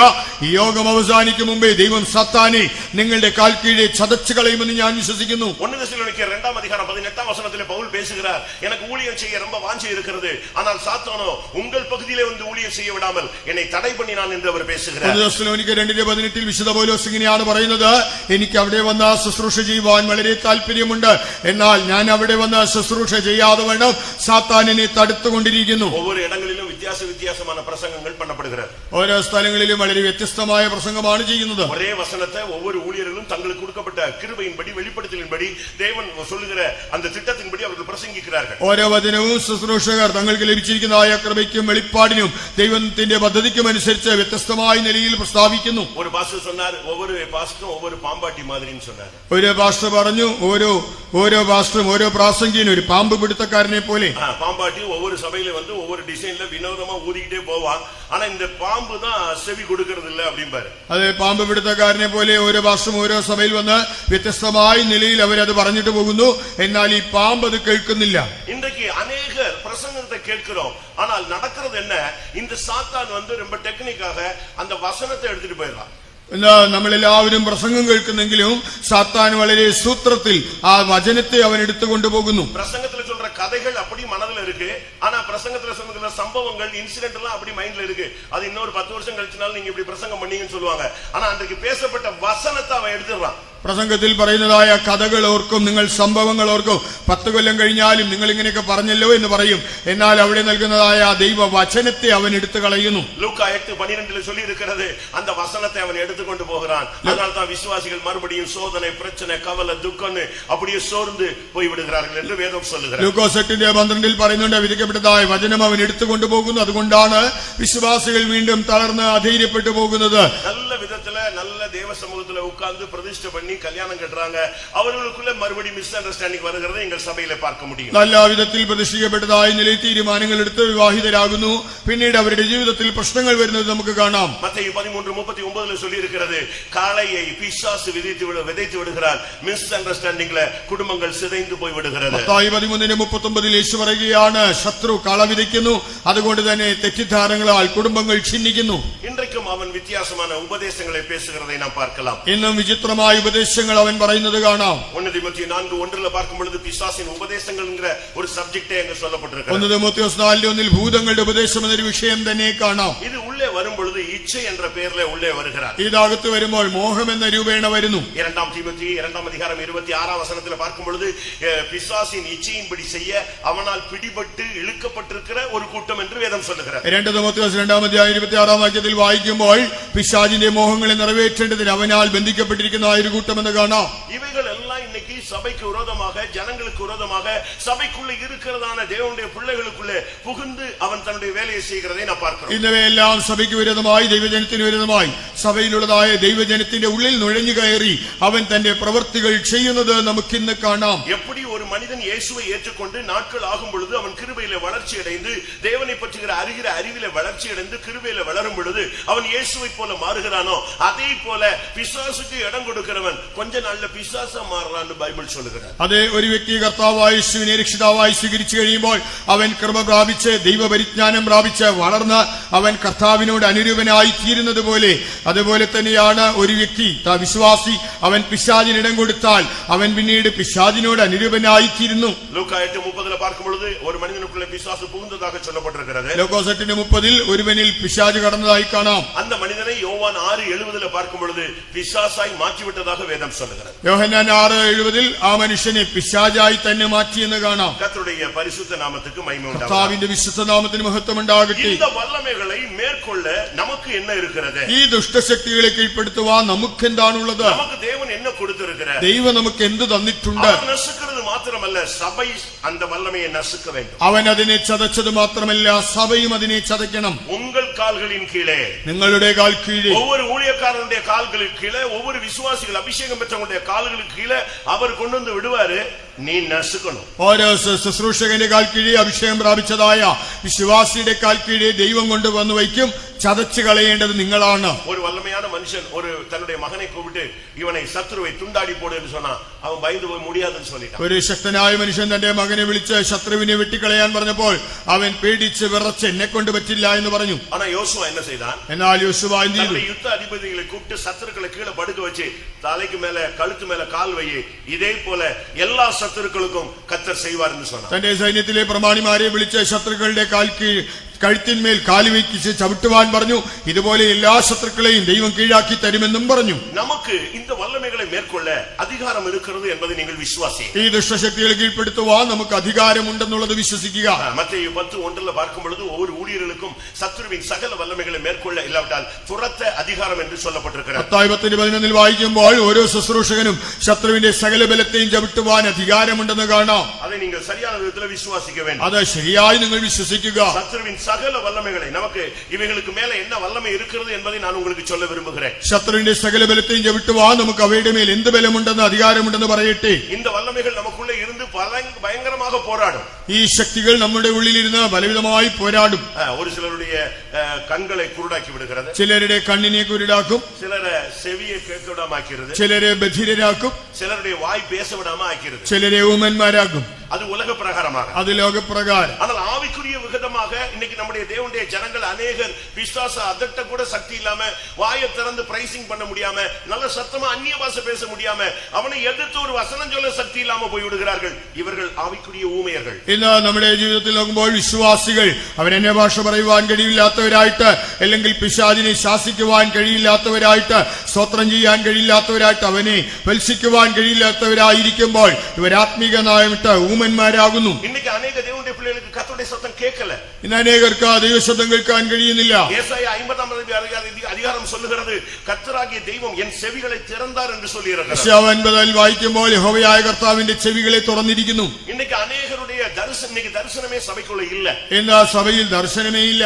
காரணம் என்ன? കാരണം എന്ത്? ஏலியின் காலமாக இருக்கிறது என்று நீங்கள் நினைக்கிறீர்கள். നിങ്ങൾ ചിന്തിക്കും ഇത് ഏലിയുടെ കാലമെന്ന്. பிரத்யட்சமான தரிசனம் இல்லாத ஒரு காலம்தான் விழுகையின் காலம். യഹോവയുടെ ദർശനം നേരിട്ടില്ലാത്തൊരു കാലമാണ് വീഴ്ചയുടെ കാലം. ലൂക്കാ 11:14 ஊமையான ஒரு மனிதனை நீங்கள் பார்க்கலாம். ലൂക്കോസ് 11:14 ഊമനായ ഒരു മനുഷ്യനെ കാണാം. മത്തേയു 12:22 ஊமையும் കുരുടുமான ஒரு வல்லமை தாக்கின ஒரு மனிதனை பார்க்கலாம். മത്തായി 12:22 ഊമനും കുരുടനുമായ ദുരാത്മാവ് ബാധിച്ചതായ ഒരു മനുഷ്യനെ കാണാം. മാർക്ക് 9:25 ஊமையும் செவிடுமான ஒரு ஸ்பிரிட் தாக்கின ஒரு ஆளை நீங்க பார்க்கலாம். മാർക്കോസ് 9:25 ഊമനും ബധിരനുമായ ദുരാത്മാവ് ബാധിച്ച ഒരു മനുഷ്യനെ കാണാം. അതിന്റെ சரியான அர்த்தம் என்ன?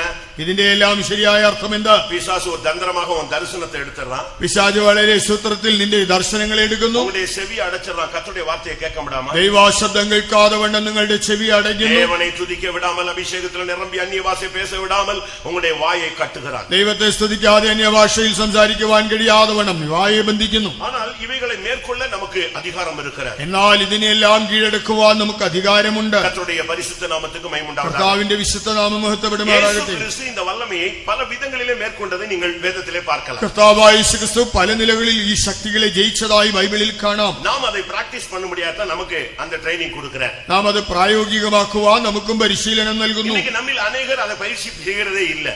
എന്താ നമ്മിൽ അനേകർ അത് പരിശീലിക്കുന്നില്ല. இயேசு கிறிஸ்து இந்த உலகத்துல வந்ததுக்கு பல நோக்கம் இருக்கிறது. அதனுடைய ஒரே நோக்கம், முதல் நோக்கம், அவனுடைய ஸ்திரீயின் வித்தானவர் அவன் தலையை நசுக்குவார். കർത്താവായ ലോകത്തിൽ വന്നതിന് പല ഉദ്ദേശങ്ങളുണ്ടെങ്കിലും അതിൽ പ്രധാനപ്പെട്ടതായ ഉദ്ദേശം എന്നത് സ്ത്രീയുടെ സന്തതി പിശാചിന്റെ തലയെ തകർക്കും. இயேசு கிறிஸ்து இந்த உலகத்தில் இருந்த பொழுது பிசாசு பிடித்தவர்கள் அநேகர் அவரை சந்திக்க ஆரம்பித்தார். കർത്താവായ യേശു ലോകത്തിലായിരുന്നപ്പോൾ ഭൂതബാധിതരായ അനേകർ അവന്റെ അടുക്കൽ വന്നു. அதை எப்படி அவர் சந்தித்தார்? താൻ എങ്ങനെയാണ് അതിനെ നേരിട്ടത്? உங்களுடைய வாழ்க்கையிலும் இப்படிப்பட்ட சூழ்நிலைகள் வரும் பொழுது நீங்கள் அதை எப்படி எதிர்கொள்வது? നിങ്ങളുടെ ജീവിതത്തിൽ ഇങ്ങനെയുള്ളതായ സാഹചര്യങ്ങൾ വരുമ്പോൾ എങ്ങനെ നേരിടാം? மத்தேயு 7:22 பார்க்கும் பொழுது, മത്തായി 7:22 அங்கே வேதம் சொல்லுகிறது, அவர் தன்னுடைய நாமத்தினாலே அந்த வல்லமைகளை துரத்துகிறார். തന്റെ നാമത്തിൽ അവൻ അതിനെ പുറത്താക്കുന്നെന്ന് കാണാം. இல்லாவிட்டால் மார்க் 16:17 நீங்கள் பார்க்கலாம், என்னுடைய நாமத்தில் அவர்கள் பிசாசுகளை துரத்துவார்கள். മാർക്കോസ് 16:17 കാണുമ്പോൾ എന്റെ നാമത്തിൽ അവർ ഭൂതങ്ങളെ പുറത്താക്കും. ஆண்டவருடைய நாமம் என்கிறது ஒரு பெரிய சக்தி, ஒரு ஆயுதம். കർത്താവിന്റെ നാമം ഒരു വലിയ ശക്തിയുള്ള ആയുധം. கர்த்தருடைய நாமம் பலத்த துருகம். യഹോവയുടെ നാമം ബലമുള്ള ഗോപുരം. அந்த நாமங்கிற அந்த இயேசு அங்கற அந்த வேட நீங்க அதனுடைய வேல்யூ தெரியாம தான் நம்ம எல்லாரும் சாதாரண மனிதர்களை போல வாழ்ந்து ആ கொண்டிருக்கோம். യേശു എന്നതായ നാമത്തിന്റെ മൂല്യം, ശക്തി തിരിച്ചറിയാൻ കഴിയാത്തതുകൊണ്ട് നാം സാധാരണ മനുഷ്യരെ പോലെ ജീവിക്കുന്നു. இந்த உலகத்துல நாம் இந்த புதிய ஏற்பாட்டு காலத்துல 21ஆம் நூற்றாண்டுல நாம் நிற்க வேண்டுமானால், நிர்மூலமாகாமல் நிற்கணும்னா இயேசுவின் நாமத்தை நாம் சரியாக கையாள வேண்டும். ഈ ലോകത്തിൽ ഈ 21ആം നൂറ്റാണ്ടിൽ ഈ പുതിയ നിയമകാലയളവിൽ നാം മുടിഞ്ഞു പോകാതെ നിൽക്കണമെങ്കിൽ നാം കർത്താവായ യേശുവിന്റെ നാമത്തെ ശരിയായ നിലയിൽ വിനിയോഗിക്കണം. மத்தேயு 8:16 இயேசு சொல்றார், வார்த்தையினாலே நான் அவனை துரத்துகிறேன். മത്തായി 8:14 യേശു പറയാണ്, വാക്കുകൊണ്ട് അവനെ പുറത്താകുന്നു. ஒரு தேவனுடைய பிள்ளை வசனத்தை வச்சுதான் பிசாசை மேற்கொள்ள முடியும். ഒരു ദൈവ പൈതലിന് പിശാചിനെ വചനം കൊണ്ടേ തോൽപ്പിക്കാൻ കഴിയും. வெளிப்படுத்தல் 12ஆம் அதிகாரத்தில் பார்க்கும் பொழுது சாட்சியின் வசனத்தினாலும் அவனை மேற்கொண்டார்கள், ஜெயித்தார்கள் என்று வேதம் சொல்லுகிறது. വെളിപ്പാട് 12ആം അധ്യായത്തിൽ വായിക്കുമ്പോൾ തങ്ങളുടെ സാക്ഷ്യവചനം ഹേതുവായി അവനെ ജയിച്ചു എന്ന് കാണാം. ஒரு நீங்க ஜட்ஜிட்ட நீங்க போனீங்கன்னா, கோர்ட்டுக்கு போனீங்கன்னா ஒவ்வொரு பாயிண்ட வச்சு தான் அவருக்கு விடுதலையும் கொடுப்பாரு, இல்லனா தண்டனையும் கொடுப்பாரு. ഒരു കോടതിയിലെ ജഡ്ജിയുടെ അടുക്കൽ പോയാൽ താൻ നിയമത്തിലെ ഓരോ പോയിന്റുകൾ വെച്ചുകൊണ്ടാണ് ഒന്നുകിൽ ശിക്ഷിക്കുക അല്ലെങ്കിൽ വിട്ടയക്കുക. ஆண்டவர் நம்ம நியாயம் தீர்க்கும்போது கூட இந்த வசனத்தை வச்சு தான் நான் அவனை நியாயம் தீர்ப்பேன்னு சொல்றாரு. കർത്താവ് നമ്മെ വിധിക്കുമ്പോഴും ഈ വചനം വെച്ചാണ് ന്യായം വിധിക്കുന്നതായിട്ട് പറയുന്നത്. நாமும் கூட இந்த வல்லமைகளை எதிர்த்து நிற்கும் பொழுது வசனத்தை வச்சு தான், வார்த்தையினால தான் இயேசு துரத்தினார். நாமும் வசனங்களை சரியாக யூஸ் பண்ணணும். കർത്താവായ വാക്കുകൊണ്ട് വചനം കൊണ്ട് അവനെ പുറത്താക്കിയത് കൊണ്ട് നാമും പിശാചിനോട് എതിർത്ത് നിൽക്കുമ്പോൾ ഈ ദൈവവചനത്തെ ശരിയായിട്ട് ഉപയോഗിക്കണം. இயேசு என்ற நாமத்தை நீங்க யூஸ் பண்ணி பாருங்க. യേശു എന്ന നാമം ഉപയോഗിക്കുക. பாஸ்டர் அருள்தாஸ் அவர்கள் முதல் பிசாசை துரத்தின பொழுது, പാസ്റ്റർ അരുൾദാസ് അവർ ആദ്യമായി പിശാചിനെ പുറത്താക്കിയപ്പോൾ அவர் போய் ஒண்ணும் துரத்தல, താൻ പോയി പുറത്താക്കിയില്ല. வீட்டுல உட்கார்ந்து இருந்தார். താൻ വീട്ടിലിരുന്നു. அவங்க தெருவுல ஒரு ஆளுக்கு பிசாசு பிடிச்சு ஆடிட்டு இருந்துச்சு. അവിടെ റോഡിൽ ഒരാൾ പിശാച് പിടിച്ചാടിക്കൊണ്ടിരുന്നു. அந்த பிசாசை துரத்துறதுக்கு என்னதான் உனக்கு செய்யணும்னு அதுட்டு போய் அதுட்டே क्वेश्चन பண்றாங்க. അതിനോട് പോയി ചോദിക്കുകയാണ്, നിന്നെ പുറത്താക്കാൻ എന്ത് ചെയ്യണം? அப்ப அவர் அது சொன்னது, இந்த தெருவுல கடைசியில இந்த வீட்டுல அருள்தாஸ்னு ஒருத்தர் இருக்கிறான், அவன் தான் என்னைய துரத்த முடியும்னு சொல்லிச்சு. അപ്പോൾ ഈ പിശാച് പറഞ്ഞു, ഈ തെരുവിൽ ഒരു വീട്ടിൽ അരുൾദാസ് എന്നൊരാളുണ്ട്, അയാൾക്ക് മാത്രമേ എന്നെ ഓടിക്കാൻ കഴിയൂ. அவரை உடனே ஊரே போய் இழுத்துட்டு வந்துருச்சு. ഉടനെ നാട് മൊത്തം ചെന്ന് അദ്ദേഹത്തെ കൊണ്ടുവന്നു. இவர் சொன்னார், எனக்கு பிசாசு துரத்தி பழக்கமே இல்ல, கிறிஸ்தவன், ஆனா என்னால துரத்தல முடியாது, தயவு செய்து நான் வர மாட்டேன்னு சொல்லிட்டார். അപ്പോൾ അദ്ദേഹം പറഞ്ഞു, ഞാനൊരു ക്രിസ്ത്യാനിയാണെങ്കിലും പിശാചിനെ ഓടിച്ചെനിക്ക് പരിചയമില്ല, ഞാൻ വരികയില്ലെന്ന് പറഞ്ഞു. பிசாசு உன் பேரதான்ப்பா சொல்லிச்சுன்னு சொல்லி இவரை இழுத்துட்டு போயிட்டாங்க. പിശാച് നിന്റെ പേരാണ് പറഞ്ഞതെന്നും പറഞ്ഞുകൊണ്ട് അദ്ദേഹത്തെ വിളിച്ചുകൊണ്ട് പോയി. இவரை பார்த்த உடனே அந்த ஆவி கத்த ஆரம்பிச்சிருச்சு. തന്നെ കണ്ടപ്പോൾ തന്നെ ഈ ദുരാത്മാവ് അലറുവാൻ തുടങ്ങി. எல்லாரும் சொன்னாங்க, பிசாசை துரத்துப்பா, சீக்கிரம் துரத்துப்பா, கத்துதுன்னு சொன்னாங்க. പെട്ടെന്ന് അതിനെ പുറത്താക്കാതെ അലറി വിളിക്കുന്നല്ലോ. இவர் சொன்னார், எனக்கு எப்படி துரத்துன்னு தெரியல. അപ്പോൾ അദ്ദേഹം പറഞ്ഞു, എനിക്കറിഞ്ഞുകൂടാ. ஆடிக்கிட்டு இருந்த பிசாசு சொல்லிச்சு, இயேசுவின் நாமத்துல போன்னு சொல்லி நான் போயிடுறேன், அதுதான் எனக்கு கடைசி டைம் சொல்லி. അപ്പോൾ ആടിക്കൊണ്ടിരുന്ന പിശാച് പറഞ്ഞു, യേശുവിന്റെ നാമത്തിൽ പോയെന്ന് പറഞ്ഞാൽ ഞാൻ പൊക്കൊള്ളാം, അതാണ് എന്റെ അവസാന സമയം. அதனால அவர் சாட்சியில சொல்லுவாரு, பிசாச துரத்த எனக்கு சொல்லி கொடுத்தது பிசாசு தான். അതുകൊണ്ട് അദ്ദേഹം സാക്ഷിയിൽ പറയും, പിശാചിനെ ഓടിക്കാൻ എന്നെ പഠിപ്പിച്ചത് പിശാച് തന്നെയാണ്. യേശുവിൻ നാമം, യേശുവിൻ വാர்த்தை, ഇവകളെ നിങ്ങൾ ഉപയോഗിച്ച് ഇൻറിലിருந்து പ്രാക്ടീസ് பண்ணுங்க. യേശുവിന്റെ നാമം, യേശുവിന്റെ വചനം ഉപയോഗിച്ച് നിങ്ങൾ അത് പ്രായോഗികമാക്കുക. മത്തായി 12:28 യേശു ദേവന്റെ ആവിയിനാൽ ഞാൻ പിശാചുകളെ തുരത്തുகிறேன் എന്ന് പേശിനാർ. മത്തായി 12:28 വായിക്കുമ്പോൾ ദൈവാത്മാവിനാൽ ഭൂതങ്ങളെ പുറത്താക്കുന്നു. ശരിയായ അഭിഷേകത്തിൽ നിങ്ങൾ നിന്നീங்கன்னா எந்த வல்லமையும் நிக்க முடியாது. ശരിയായ അഭിഷേകത്തിൽ നിങ്ങൾ നിന്നാൽ നിങ്ങൾക്കെതിരായി ഒരു ദുഷ്ടശക്തിയും നിൽക്കുകയില്ല. ലൂക്കാ 4:1 பார்க்கும் பொழுது യേശു പരിശുദ്ധാവിൽ നിറഞ്ഞവராக போனார். அவரை சோதிக்க முடியாத அந்த வல்லமை வந்தது. മൂന്ന് വിഷയം അവന്റെ തലയെ നസിക്കി തുരത്തി വിട്ടാർ. ലൂക്കാസ് 4:1 വായിക്കുമ്പോൾ യേശു പരിശുദ്ധാത്മാവ് നിറഞ്ഞവനായി പോയി 3 പ്രാവശ്യം പരീക്ഷകൻ അവനെ പരീക്ഷിച്ചു. അപ്പോഴെല്ലാം അവന്റെ തലയെ തകർത്തയച്ചു. കർത്താവിന്റെ പരിശുദ്ധ നാമത്തിற்கு മഹിമ ഉണ്ടാവதாக. കർത്താവിന്റെ വിശുദ്ധ നാമത്തിന് മഹത്വം ഉണ്ടാകട്ടെ. ലൂക്കാ 11:20 നിങ്ങൾ பார்க்கும் பொழுது ലൂക്കാസ് 11:20 യേശു சொல்கிறார், நான் தேவனுடைய விரலினாலே பிசாசுகளை துரத்துவேன். യേശു പറയാണ്, ദൈവത്തിന്റെ വിരൽ കൊണ്ട് ഭൂതങ്ങളെ പുറത്താക്കും. சிலுவையிலே ஆணியடிக்கப்பட்ட கரம், அந்த பரிசுத்தமான கரம் படும் பொழுது அந்த வல்லமை ஓடினது. ക്രൂശിൽ ആണി തറയ്ക്കപ്പെട്ടതായ വിശുദ്ധമായ നിർമ്മലമായ കരം തൊടുമ്പോൾ ദുഷ്ടശക്തി ഓടിപ്പോകുന്നു.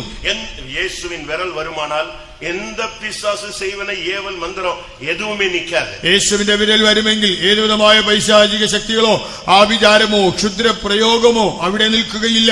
யாத்திராகமம் 8:19 பார்க்கும் பொழுது, പുറപ്പാട് 8:19 அங்க என்ன சொல்லப்பட்டிருக்கிறது? അവിടെ എന്താണ് പറയുന്നത്? மோசேக்கு விரோதமாக அந்த பார்வோனுடைய அந்த ஜோசியக்காரர்கள், சூனியக்காரர்கள், மந்திரவாதிகள் எல்லாம் பிரயத்தனம் பண்ணுகிறார்கள். ഫറവോന്റെ മന്ത്രവാദികളും ആഭിചാരകന്മാരും അവിടെ മോശയ്ക്കെതിരായി വന്ന് നിൽക്കുന്നു. மோசே ஒன்று செய்தால் அதையே மந்திரத்தில் செய்வது. മോശ എന്തെങ്കിലും ചെയ്താൽ അവരും മന്ത്രവാദം കൊണ്ടത് ചെയ്യും. அப்படியானால் தேவனும் மந்திரமும் ஈக்குவல்ங்கிற மாதிரி அவங்க காட்டிக்கிட்டே வந்தாங்க. അപ്പോ ദൈവവും ഈ മന്ത്രവാദവും എല്ലാം തുല്യം തന്നെയെന്ന് അവർ അവിടെ കാണിച്ചുകൊണ്ടിരുന്നു. யாத்திராகமம் 8:19 வரும்போது, എന്നാൽ പുറപ്പാട് 8:19 அங்க ஒண்ணும் பலிக்கல.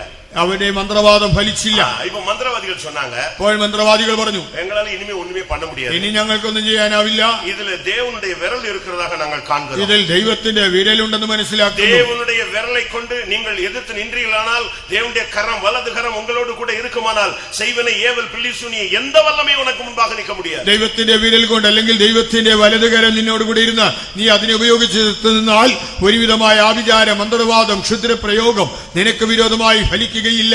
இன்னைக்கு अनेक விசுவாசிகள் நம்ம இயேசுவை ஏற்றுக்கொண்ட உடனேயே இந்த சக்தி நமக்கு இருப்பதை நீங்கள் விசுவாசிக்க வேண்டும். എന്നാൽ വിശ്വാസികൾ നാം കർത്താവായ യേശുവിനെ വിശ്വസിക്കുമ്പോൾ തന്നെ ഈ ശക്തി നമുക്കുള്ളതായിട്ട് നമ്മൾ വിശ്വസിക്കണം. பிசாசு துரத்துறதுக்கு ஒரு பாஸ்டர் நீங்க கூட்டி வர வேண்டிய அவசியம் கிடையாது. പിശാചിനെ ഓടിക്കുവാൻ വേണ്ടി ഒരു പ്രത്യേകം പാസ്റ്ററെ കൊണ്ടുവരേണ്ടതില്ല. ஒரு குறிக்கப்பட்ட நபரை தேடி நீங்க காணிக்கை எடுத்துட்டு போக வேண்டிய அவசியம் ഒരു പ്രത്യേക വ്യക്തി അന്വേഷിച്ചുകൊണ്ട് കാണിക്കയുമായി പോകേണ്ട. என்றைக்கு இந்த பைபிளை தூக்கிட்டு இயேசு தெய்வம் என்று நீ விசுவாசித்தாயோ, அன்றைக்கு அவருடைய நாமத்தில் உள்ள பாதுகாப்பும் இந்த வசனத்தினுடைய வல்லமையும் உனக்குள்ளே வந்து விடுகிறது. യേശു ദൈവമെന്ന് വിശ്വസിച്ചാൽ ഈ ബൈബിൾ എടുത്ത മാത്രയിൽ അവന്റെ നാമത്തിലുള്ളതായ സംരക്ഷണവും ആ ശക്തിയും അതാ നിന്നിലേക്കും വന്നു കഴിഞ്ഞു. எத்தனை பேர் அதை விசுவாசிக்கிறீங்க? എത്ര പേര് ഇത് വിശ്വസിക്കുന്നു? இயேசுவின் நாமத்தை நான் கையில எடுத்த பொழுது, இல்லாவிட்டால் வாயிலே அறிக்கை செய்த பொழுது, எல்லா வல்லமைகளையும் மேற்கொள்ள எனக்கு அதிகாரம் இருக்கிறதுன்னு சொல்றவங்க கரங்களை வைத்து ஒரு அல்லேலூயா சொல்லுங்கள்.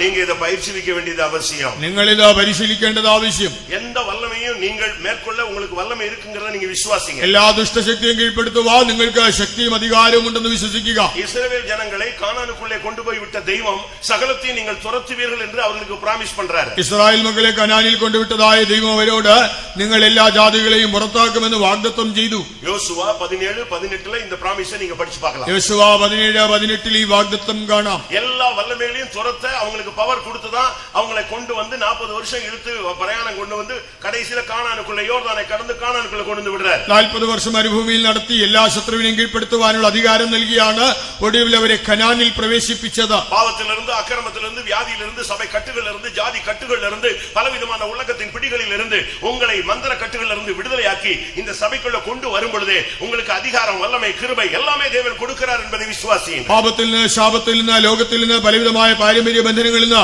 സഭയുടെ ബന്ധനങ്ങളിൽ നിന്നെല്ലാം കർത്താവ് നിങ്ങളെ വിടുവിച്ച് ഈ സഭയിൽ കൊണ്ടുവരുമ്പോൾ ദൈവം നിങ്ങൾക്ക് എല്ലാവിധമായ അധികാരവും ശക്തിയും തരുന്നുവെന്ന് നിങ്ങൾ വിശ്വസിക്കുക. ஜனங்களை அங்க கொண்டு போய் விட்டபோது அவங்களுக்கு 12 கோத்திரத்துக்கும் ஒரு பிராமிஸ், ஒரே பிராமிஸ், சகலத்தையும் நீங்கள் துரத்துவீர்கள். ഇസ്രായേൽ മക്കളെ അവിടെ കൊണ്ടുവിട്ടപ്പോൾ 12 ഗോത്രങ്ങൾക്കും ദൈവം ഒരു വാഗ്ദത്തം കൊടുത്തു, നിങ്ങൾ സകല ജാതികളെയും പുറത്താക്കും. ஆனா நடந்தது என்ன? 3 காரியம் நடந்தது. എന്നാൽ അവിടെ സംഭവിച്ചത് 3 കാര്യങ്ങളാണ്. அது என்ன? അതെന്താണ്? ஒரு கூட்டத்தார் துரத்தவே இல்லை, ഒരു കൂട്ടർ ആരെയും പുറത്താക്കിയില്ല. இன்னொரு கூட்டத்தார் துரத்தி விட முடியவில்லை, മറ്റൊരു കൂട്ടർ അവരെ പുറത്താക്കി പറഞ്ഞുവിടാൻ കഴിഞ്ഞില്ല. இன்னொருத்தர் துரத்தினார்கள், മറ്റൊരു കൂട്ടർ അവരെ പുറത്താക്കി. இன்னைக்கும் சபைக்குள்ள இந்த 3 கூட்டமும் உட்கார்ந்திருக்கு. ഇന്ന് ആ സഭയിൽ 3 കൂട്ടമുണ്ട്. ஒரு சின்ன கூட்டம் பிசாசின் வல்லமைகளை துரத்தி அவனை மேற்கொண்டு அவனை நசுக்கி ஜெயிச்சுக்கிட்டே போகுது. ഒരു കൂട്ടർ പിശാചിന്റെ ശക്തികളെ തകർത്ത് അവനെ പുറത്താക്കി ജയിച്ചു മുന്നേറി ചെല്ലുന്നു. இன்னும் ஒரு கூட்டம் அதை பத்தி கவலையே படாம அப்படியே அட்ஜஸ்ட் பண்ணிட்டு அவனுக்கு சக்தி இருக்கு, பட் யூஸ் பண்றது இல்ல, துரத்தவில்லை.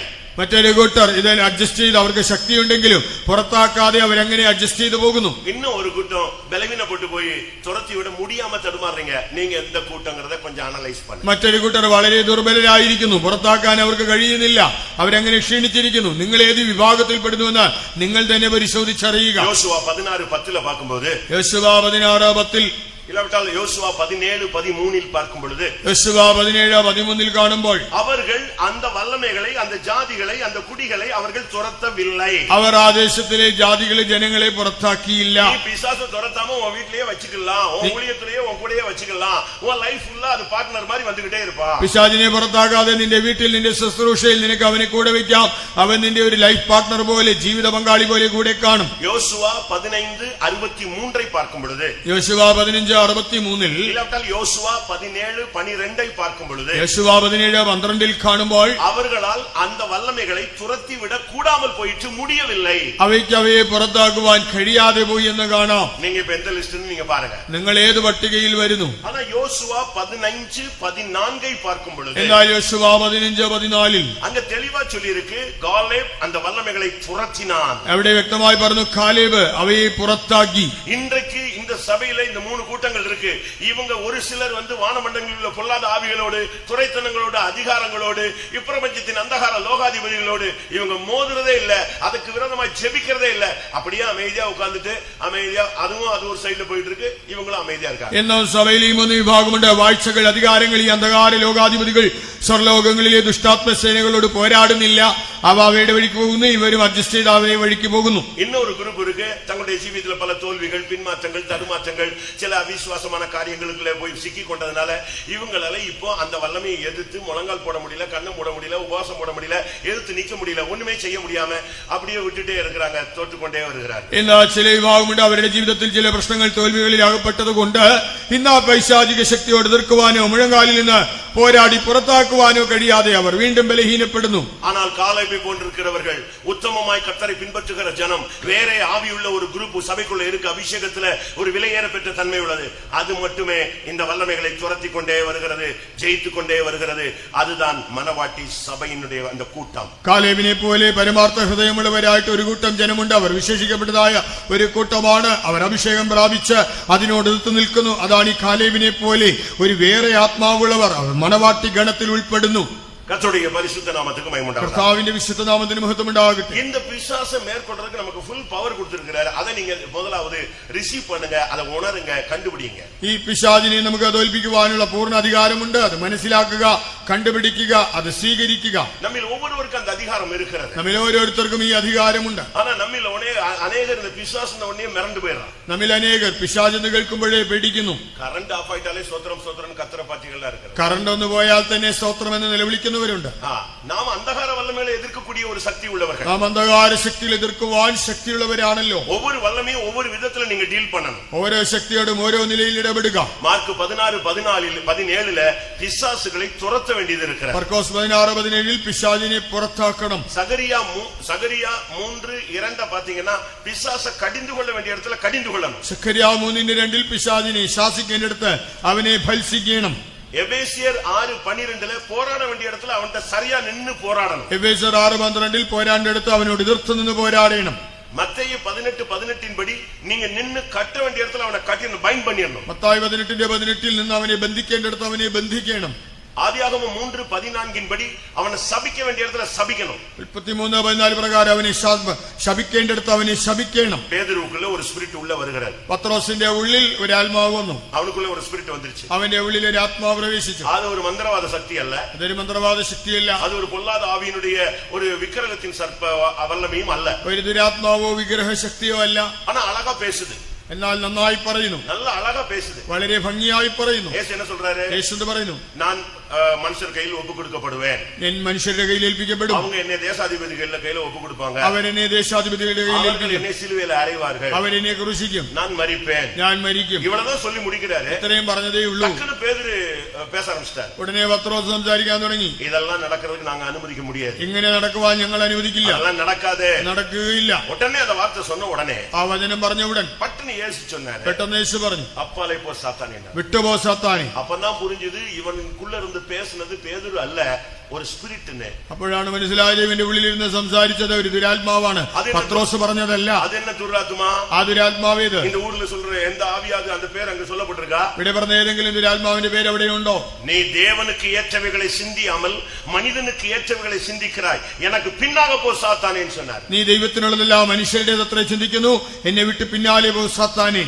அந்த இடத்துல அந்த ஆவியை அதட்டினதாலதான் அவன் கடைசி வரைக்கும் பிரதான ஊழியனாக நின்று பிடித்தான். അവിടെ ആ ദുരാത്മാവിനെ ശാസിച്ചത് കൊണ്ടാണ് അവനൊരു പ്രധാന ശുശ്രൂഷകനായി നിലനിന്നത്. பிசாசை எதிர்த்து நிக்க வேண்டிய இடத்துல நில்லுங்க, அதட்ட வேண்டிய இடத்துல அதட்டுங்க, துரத்த வேண்டிய இடத்துல துரத்துங்க, இல்லன்னா லைஃப் ஸ்பாயில் ஆயிடும். പിശാചിനോട് എതിർക്കേണ്ടടുത്ത് എതിർക്കുക, ശാസിക്കേണ്ടടുത്ത് ശാസിക്കുക, പുറത്താക്കേണ്ടടുത്ത് അവനെ പുറത്താക്കുക, അല്ലെങ്കിൽ ജീവിതം നശിക്കും. நான் எதை வைத்து இது சொல்லுகிறேன்? ഞാൻ എന്തിന്റെ അടിസ്ഥാനത്തിൽ പറയുന്നു? யூதாஸ் காரியத்தை.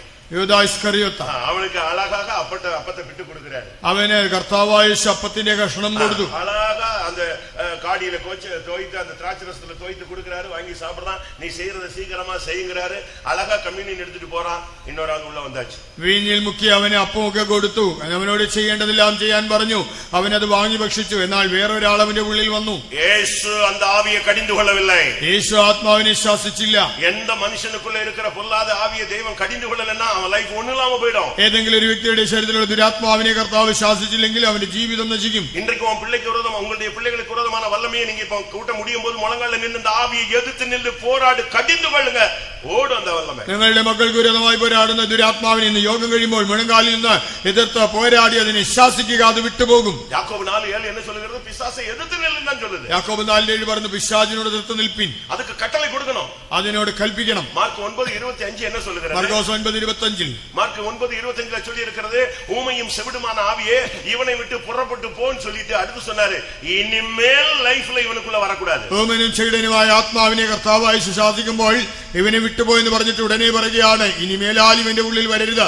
நம்மில் அநேகருக்கு பிசாசுன்னா ஏதோ ஒரு பயம் இருந்துகிட்டே இருக்கு. നമ്മിൽ അനേകർക്ക് പിശാചെന്ന് കേട്ടാൽ ഒരു ഭയമുണ്ട്. ஊழியக்காரங்களே ஒரு சிலர் பிசாசு துரத்துறது கிடையாது. വേലക്കാർ തന്നെ ചിലർ പിശാചിനെ പുറത്താക്കാറില്ല. ஏன்னா ரிவர்ஸ் வந்துருமோன்னு ஒரு சின்ன டவுட் இருக்கு. തിരിച്ച ഉള്ളിലേക്ക് വരുമോ എന്നൊരു പേടിയുണ്ട്. അങ്ങനെ அப்படி ஒரு சூழ்நிலையே பைபிள்ல கிடையாது. ബൈബിളിൽ അങ്ങനെ ഒരു സാഹചര്യമേ ഇല്ല. பைபிள் அழகாக சொல்லுகிறது. ബൈബിൾ വ്യക്തമായി പറയുന്നു. 10:19 அழகாக சொல்லியிருக்கிறது, சத்துருவின் சகல வல்லமைகளையும் மேற்கொள்ள நான் உங்களுக்கு அதிகாரம் கொடுக்கிறேன், ஒன்றும் உங்களை சேதப்படுத்தும். ലൂക്കോസ് 10:19 പറയുന്നുണ്ട്, ശത്രുവിന്റെ സകല ബലത്തെയും ചവിട്ടുവാൻ ഞാൻ നിങ്ങൾക്ക് അധികാരം തരുന്നു, ഒന്നും നിങ്ങൾക്ക് ഒരു ദോഷം വരുത്തുകയില്ല. வெளிப்படுத்தல் 12:11 சொல்லுகிறது, சத்துருவின் வல்லமைகளை ஜெயிக்கிறது சாட்சியின் வசனத்தினாலும் ஆட்டுக்குட்டியின் இரத்தத்தினாலும் அவனை ஜெயித்தார்கள். വെളിപ്പാട് 12:11 വായിക്കുമ്പോൾ കുഞ്ഞാടിന്റെ രക്തത്താലും സാക്ഷ്യവചന ഹേതുവായും അവർ ശത്രുവിനെ ജയിച്ചു.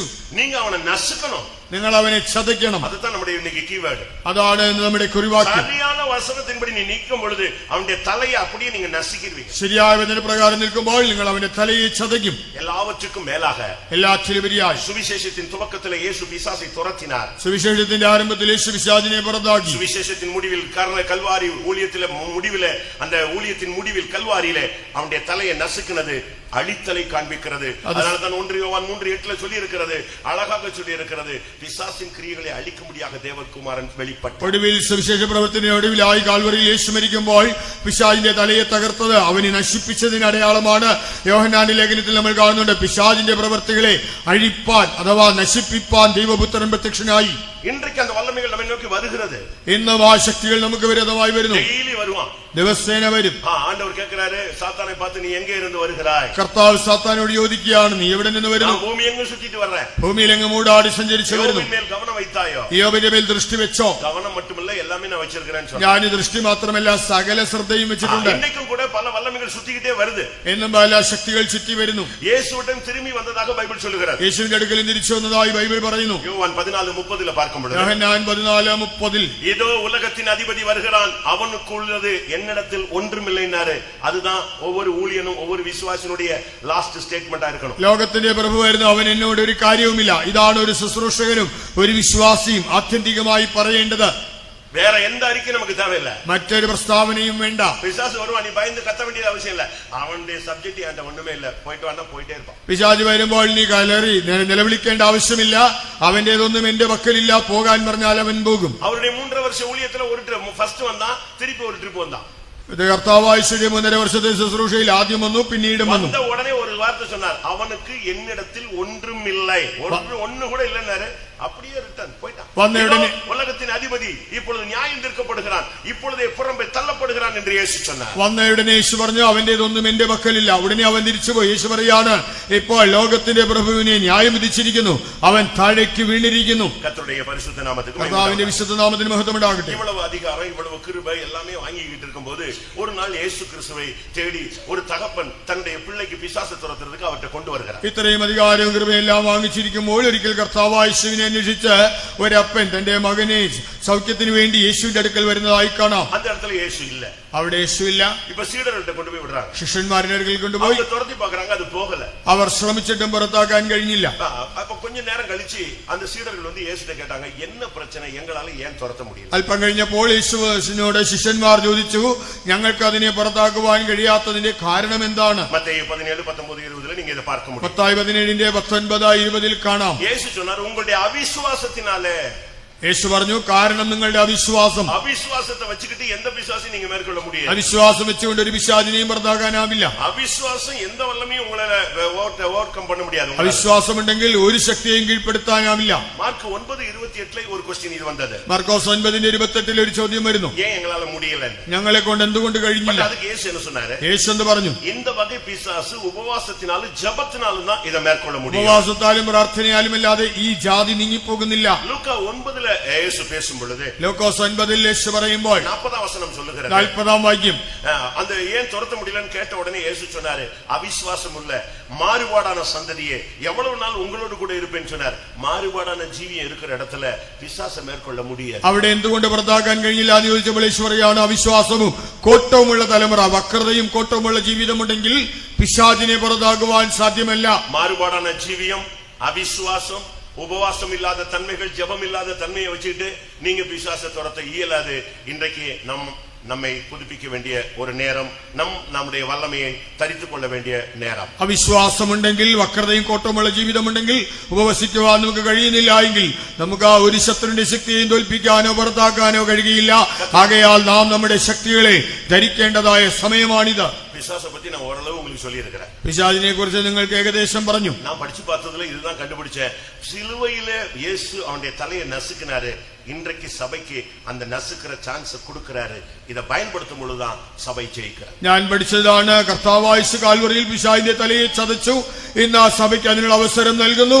നാം അത് പ്രായോഗികമാക്കുമ്പോഴാണ് സഭയ്ക്ക് ജയമുണ്ടാകുന്നത്. மற்றபடி நீங்க என்ன சாதனை செஞ்சாலும் அது கணக்குல வர்றதில்லை. മറ്റവരുമായി നിങ്ങൾ എന്ത് തന്നെ ശ്രമിച്ചാലും അത് ഫലിക്കുന്നില്ല.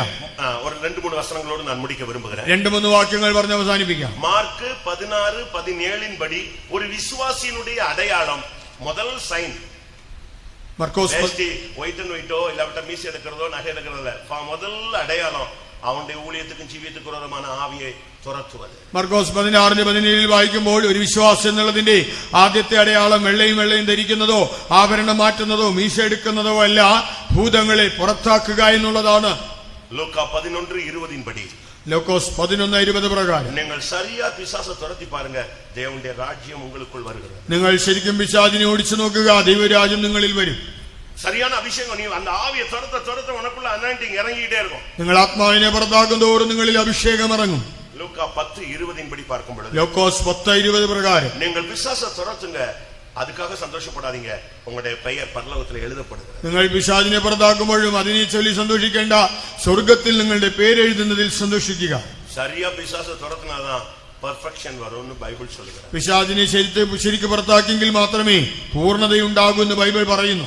ലൂക്കാ 13:32 அந்த ஏரோது அவர்கிட்ட பேசும் பொழுது அவர் சொல்றாரு, இன்றைக்கும் நாளைக்கும் மறுநாளும் நான் பிசாசை துரைத்தி அதற்கு பின்பு நான் நிறைவை அடைவேன். ലൂക്കോസ് 13:32 കർത്താവായ യേശുക്രിസ്തു ഹേരോദാവിനോട് പറയാണ്, അവനെ കുറിച്ച് പറഞ്ഞു, ഇന്നും നാളെയും മറ്റന്നാളും ഞാൻ ഭൂതങ്ങളെ പുറത്താക്കും, അതോടുകൂടി സമാപിക്കേണ്ടതാകുന്നു. അത് முடிச்சிട്ടാ இவர் பெர்ஃபெக்ஷனை நோக்கி வர முடியும். അത് കഴിഞ്ഞെത്തി മാത്രമേ തനിക്ക് പൂർണ്ണതയിലെത്താൻ കഴിയൂ. அதுக்கு பிறகுதான் அவர் பூர்ணமடைந்தார் என்று பைபிள் சொல்லுகிறது. അതിനുശേഷമാണ് താൻ പൂർണ്ണത പ്രാപിച്ചത്. உங்களுடைய குடும்பத்திலே, உங்களுடைய வீடுகளிலே, உங்களுடைய சபைக்குள்ளே, உங்களுடைய ஊழியங்களுக்குள்ளே, உங்களுடைய தரிசனம், உங்களுடைய அழைப்பு, உங்களுடைய வெளிப்படுத்தல் இவைகளுக்கு விரோதமான வல்லமையை நீ முறியடிக்கும் பொழுதுதான் பூரணம் என்கிற வார்த்தை உனக்குள் நிறைவேறும். നിങ്ങളുടെ കുടുംബങ്ങളിൽ, സഭയിൽ, ശുശ്രൂഷയിൽ നിങ്ങളുടെ വെളിപ്പാടിന്, ദർശനത്തിന് വിരുദ്ധമായി പോരാടുന്ന ശത്രുവിന്റെ ശക്തികളെ തോൽപ്പിച്ചു കളയുമ്പോൾ മാത്രമേ നിനക്ക് പൂർണ്ണതയിലെത്തുവാൻ കഴിയൂ.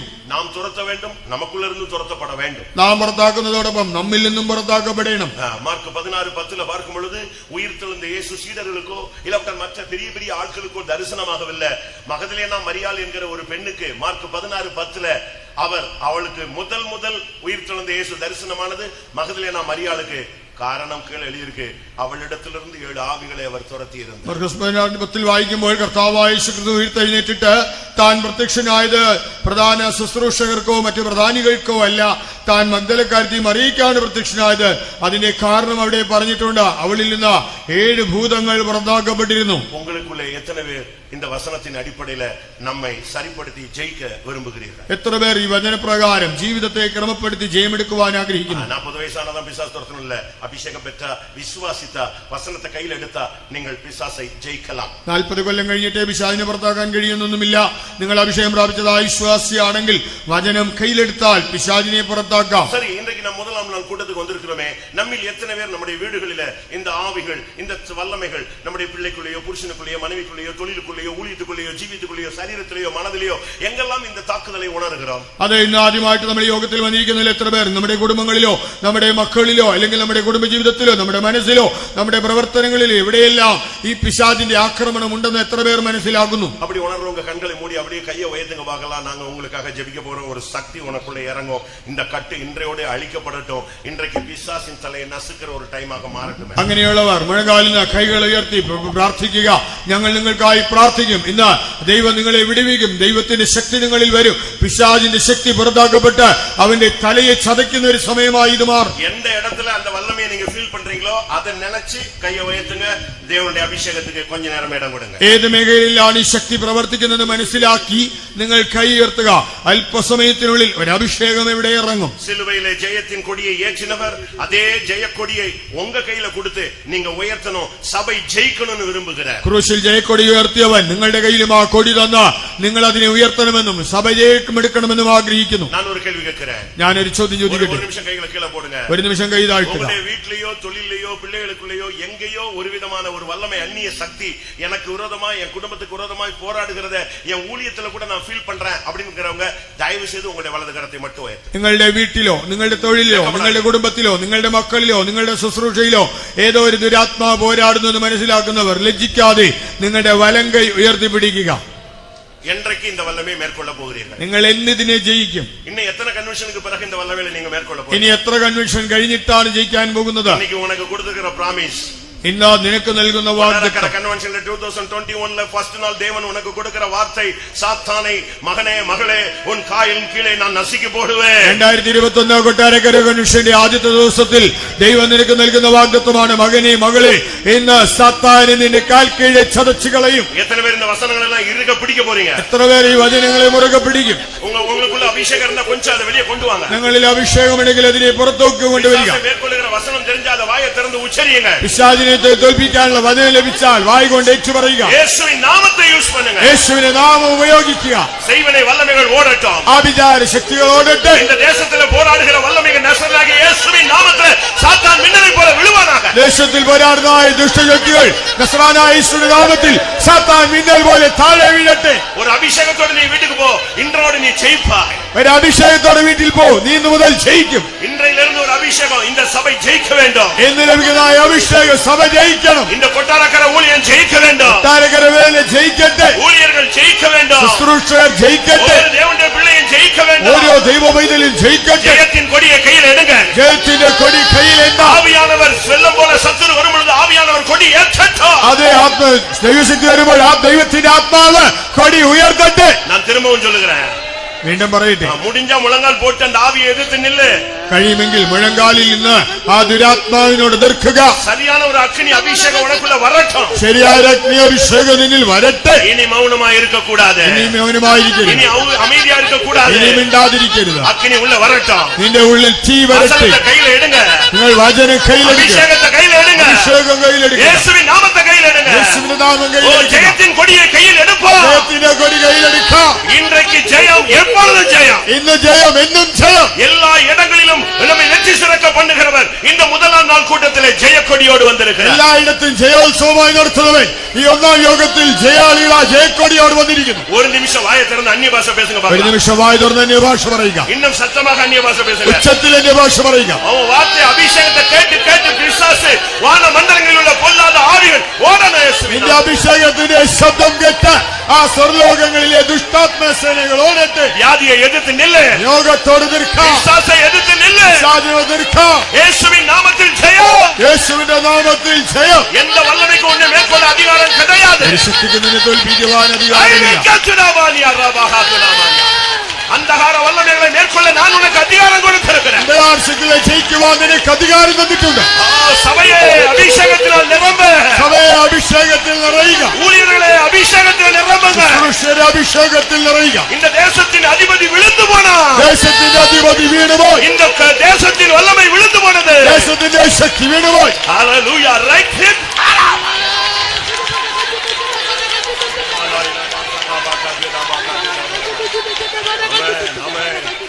கொடி உயர்த்துவின் ஜெயத்தின்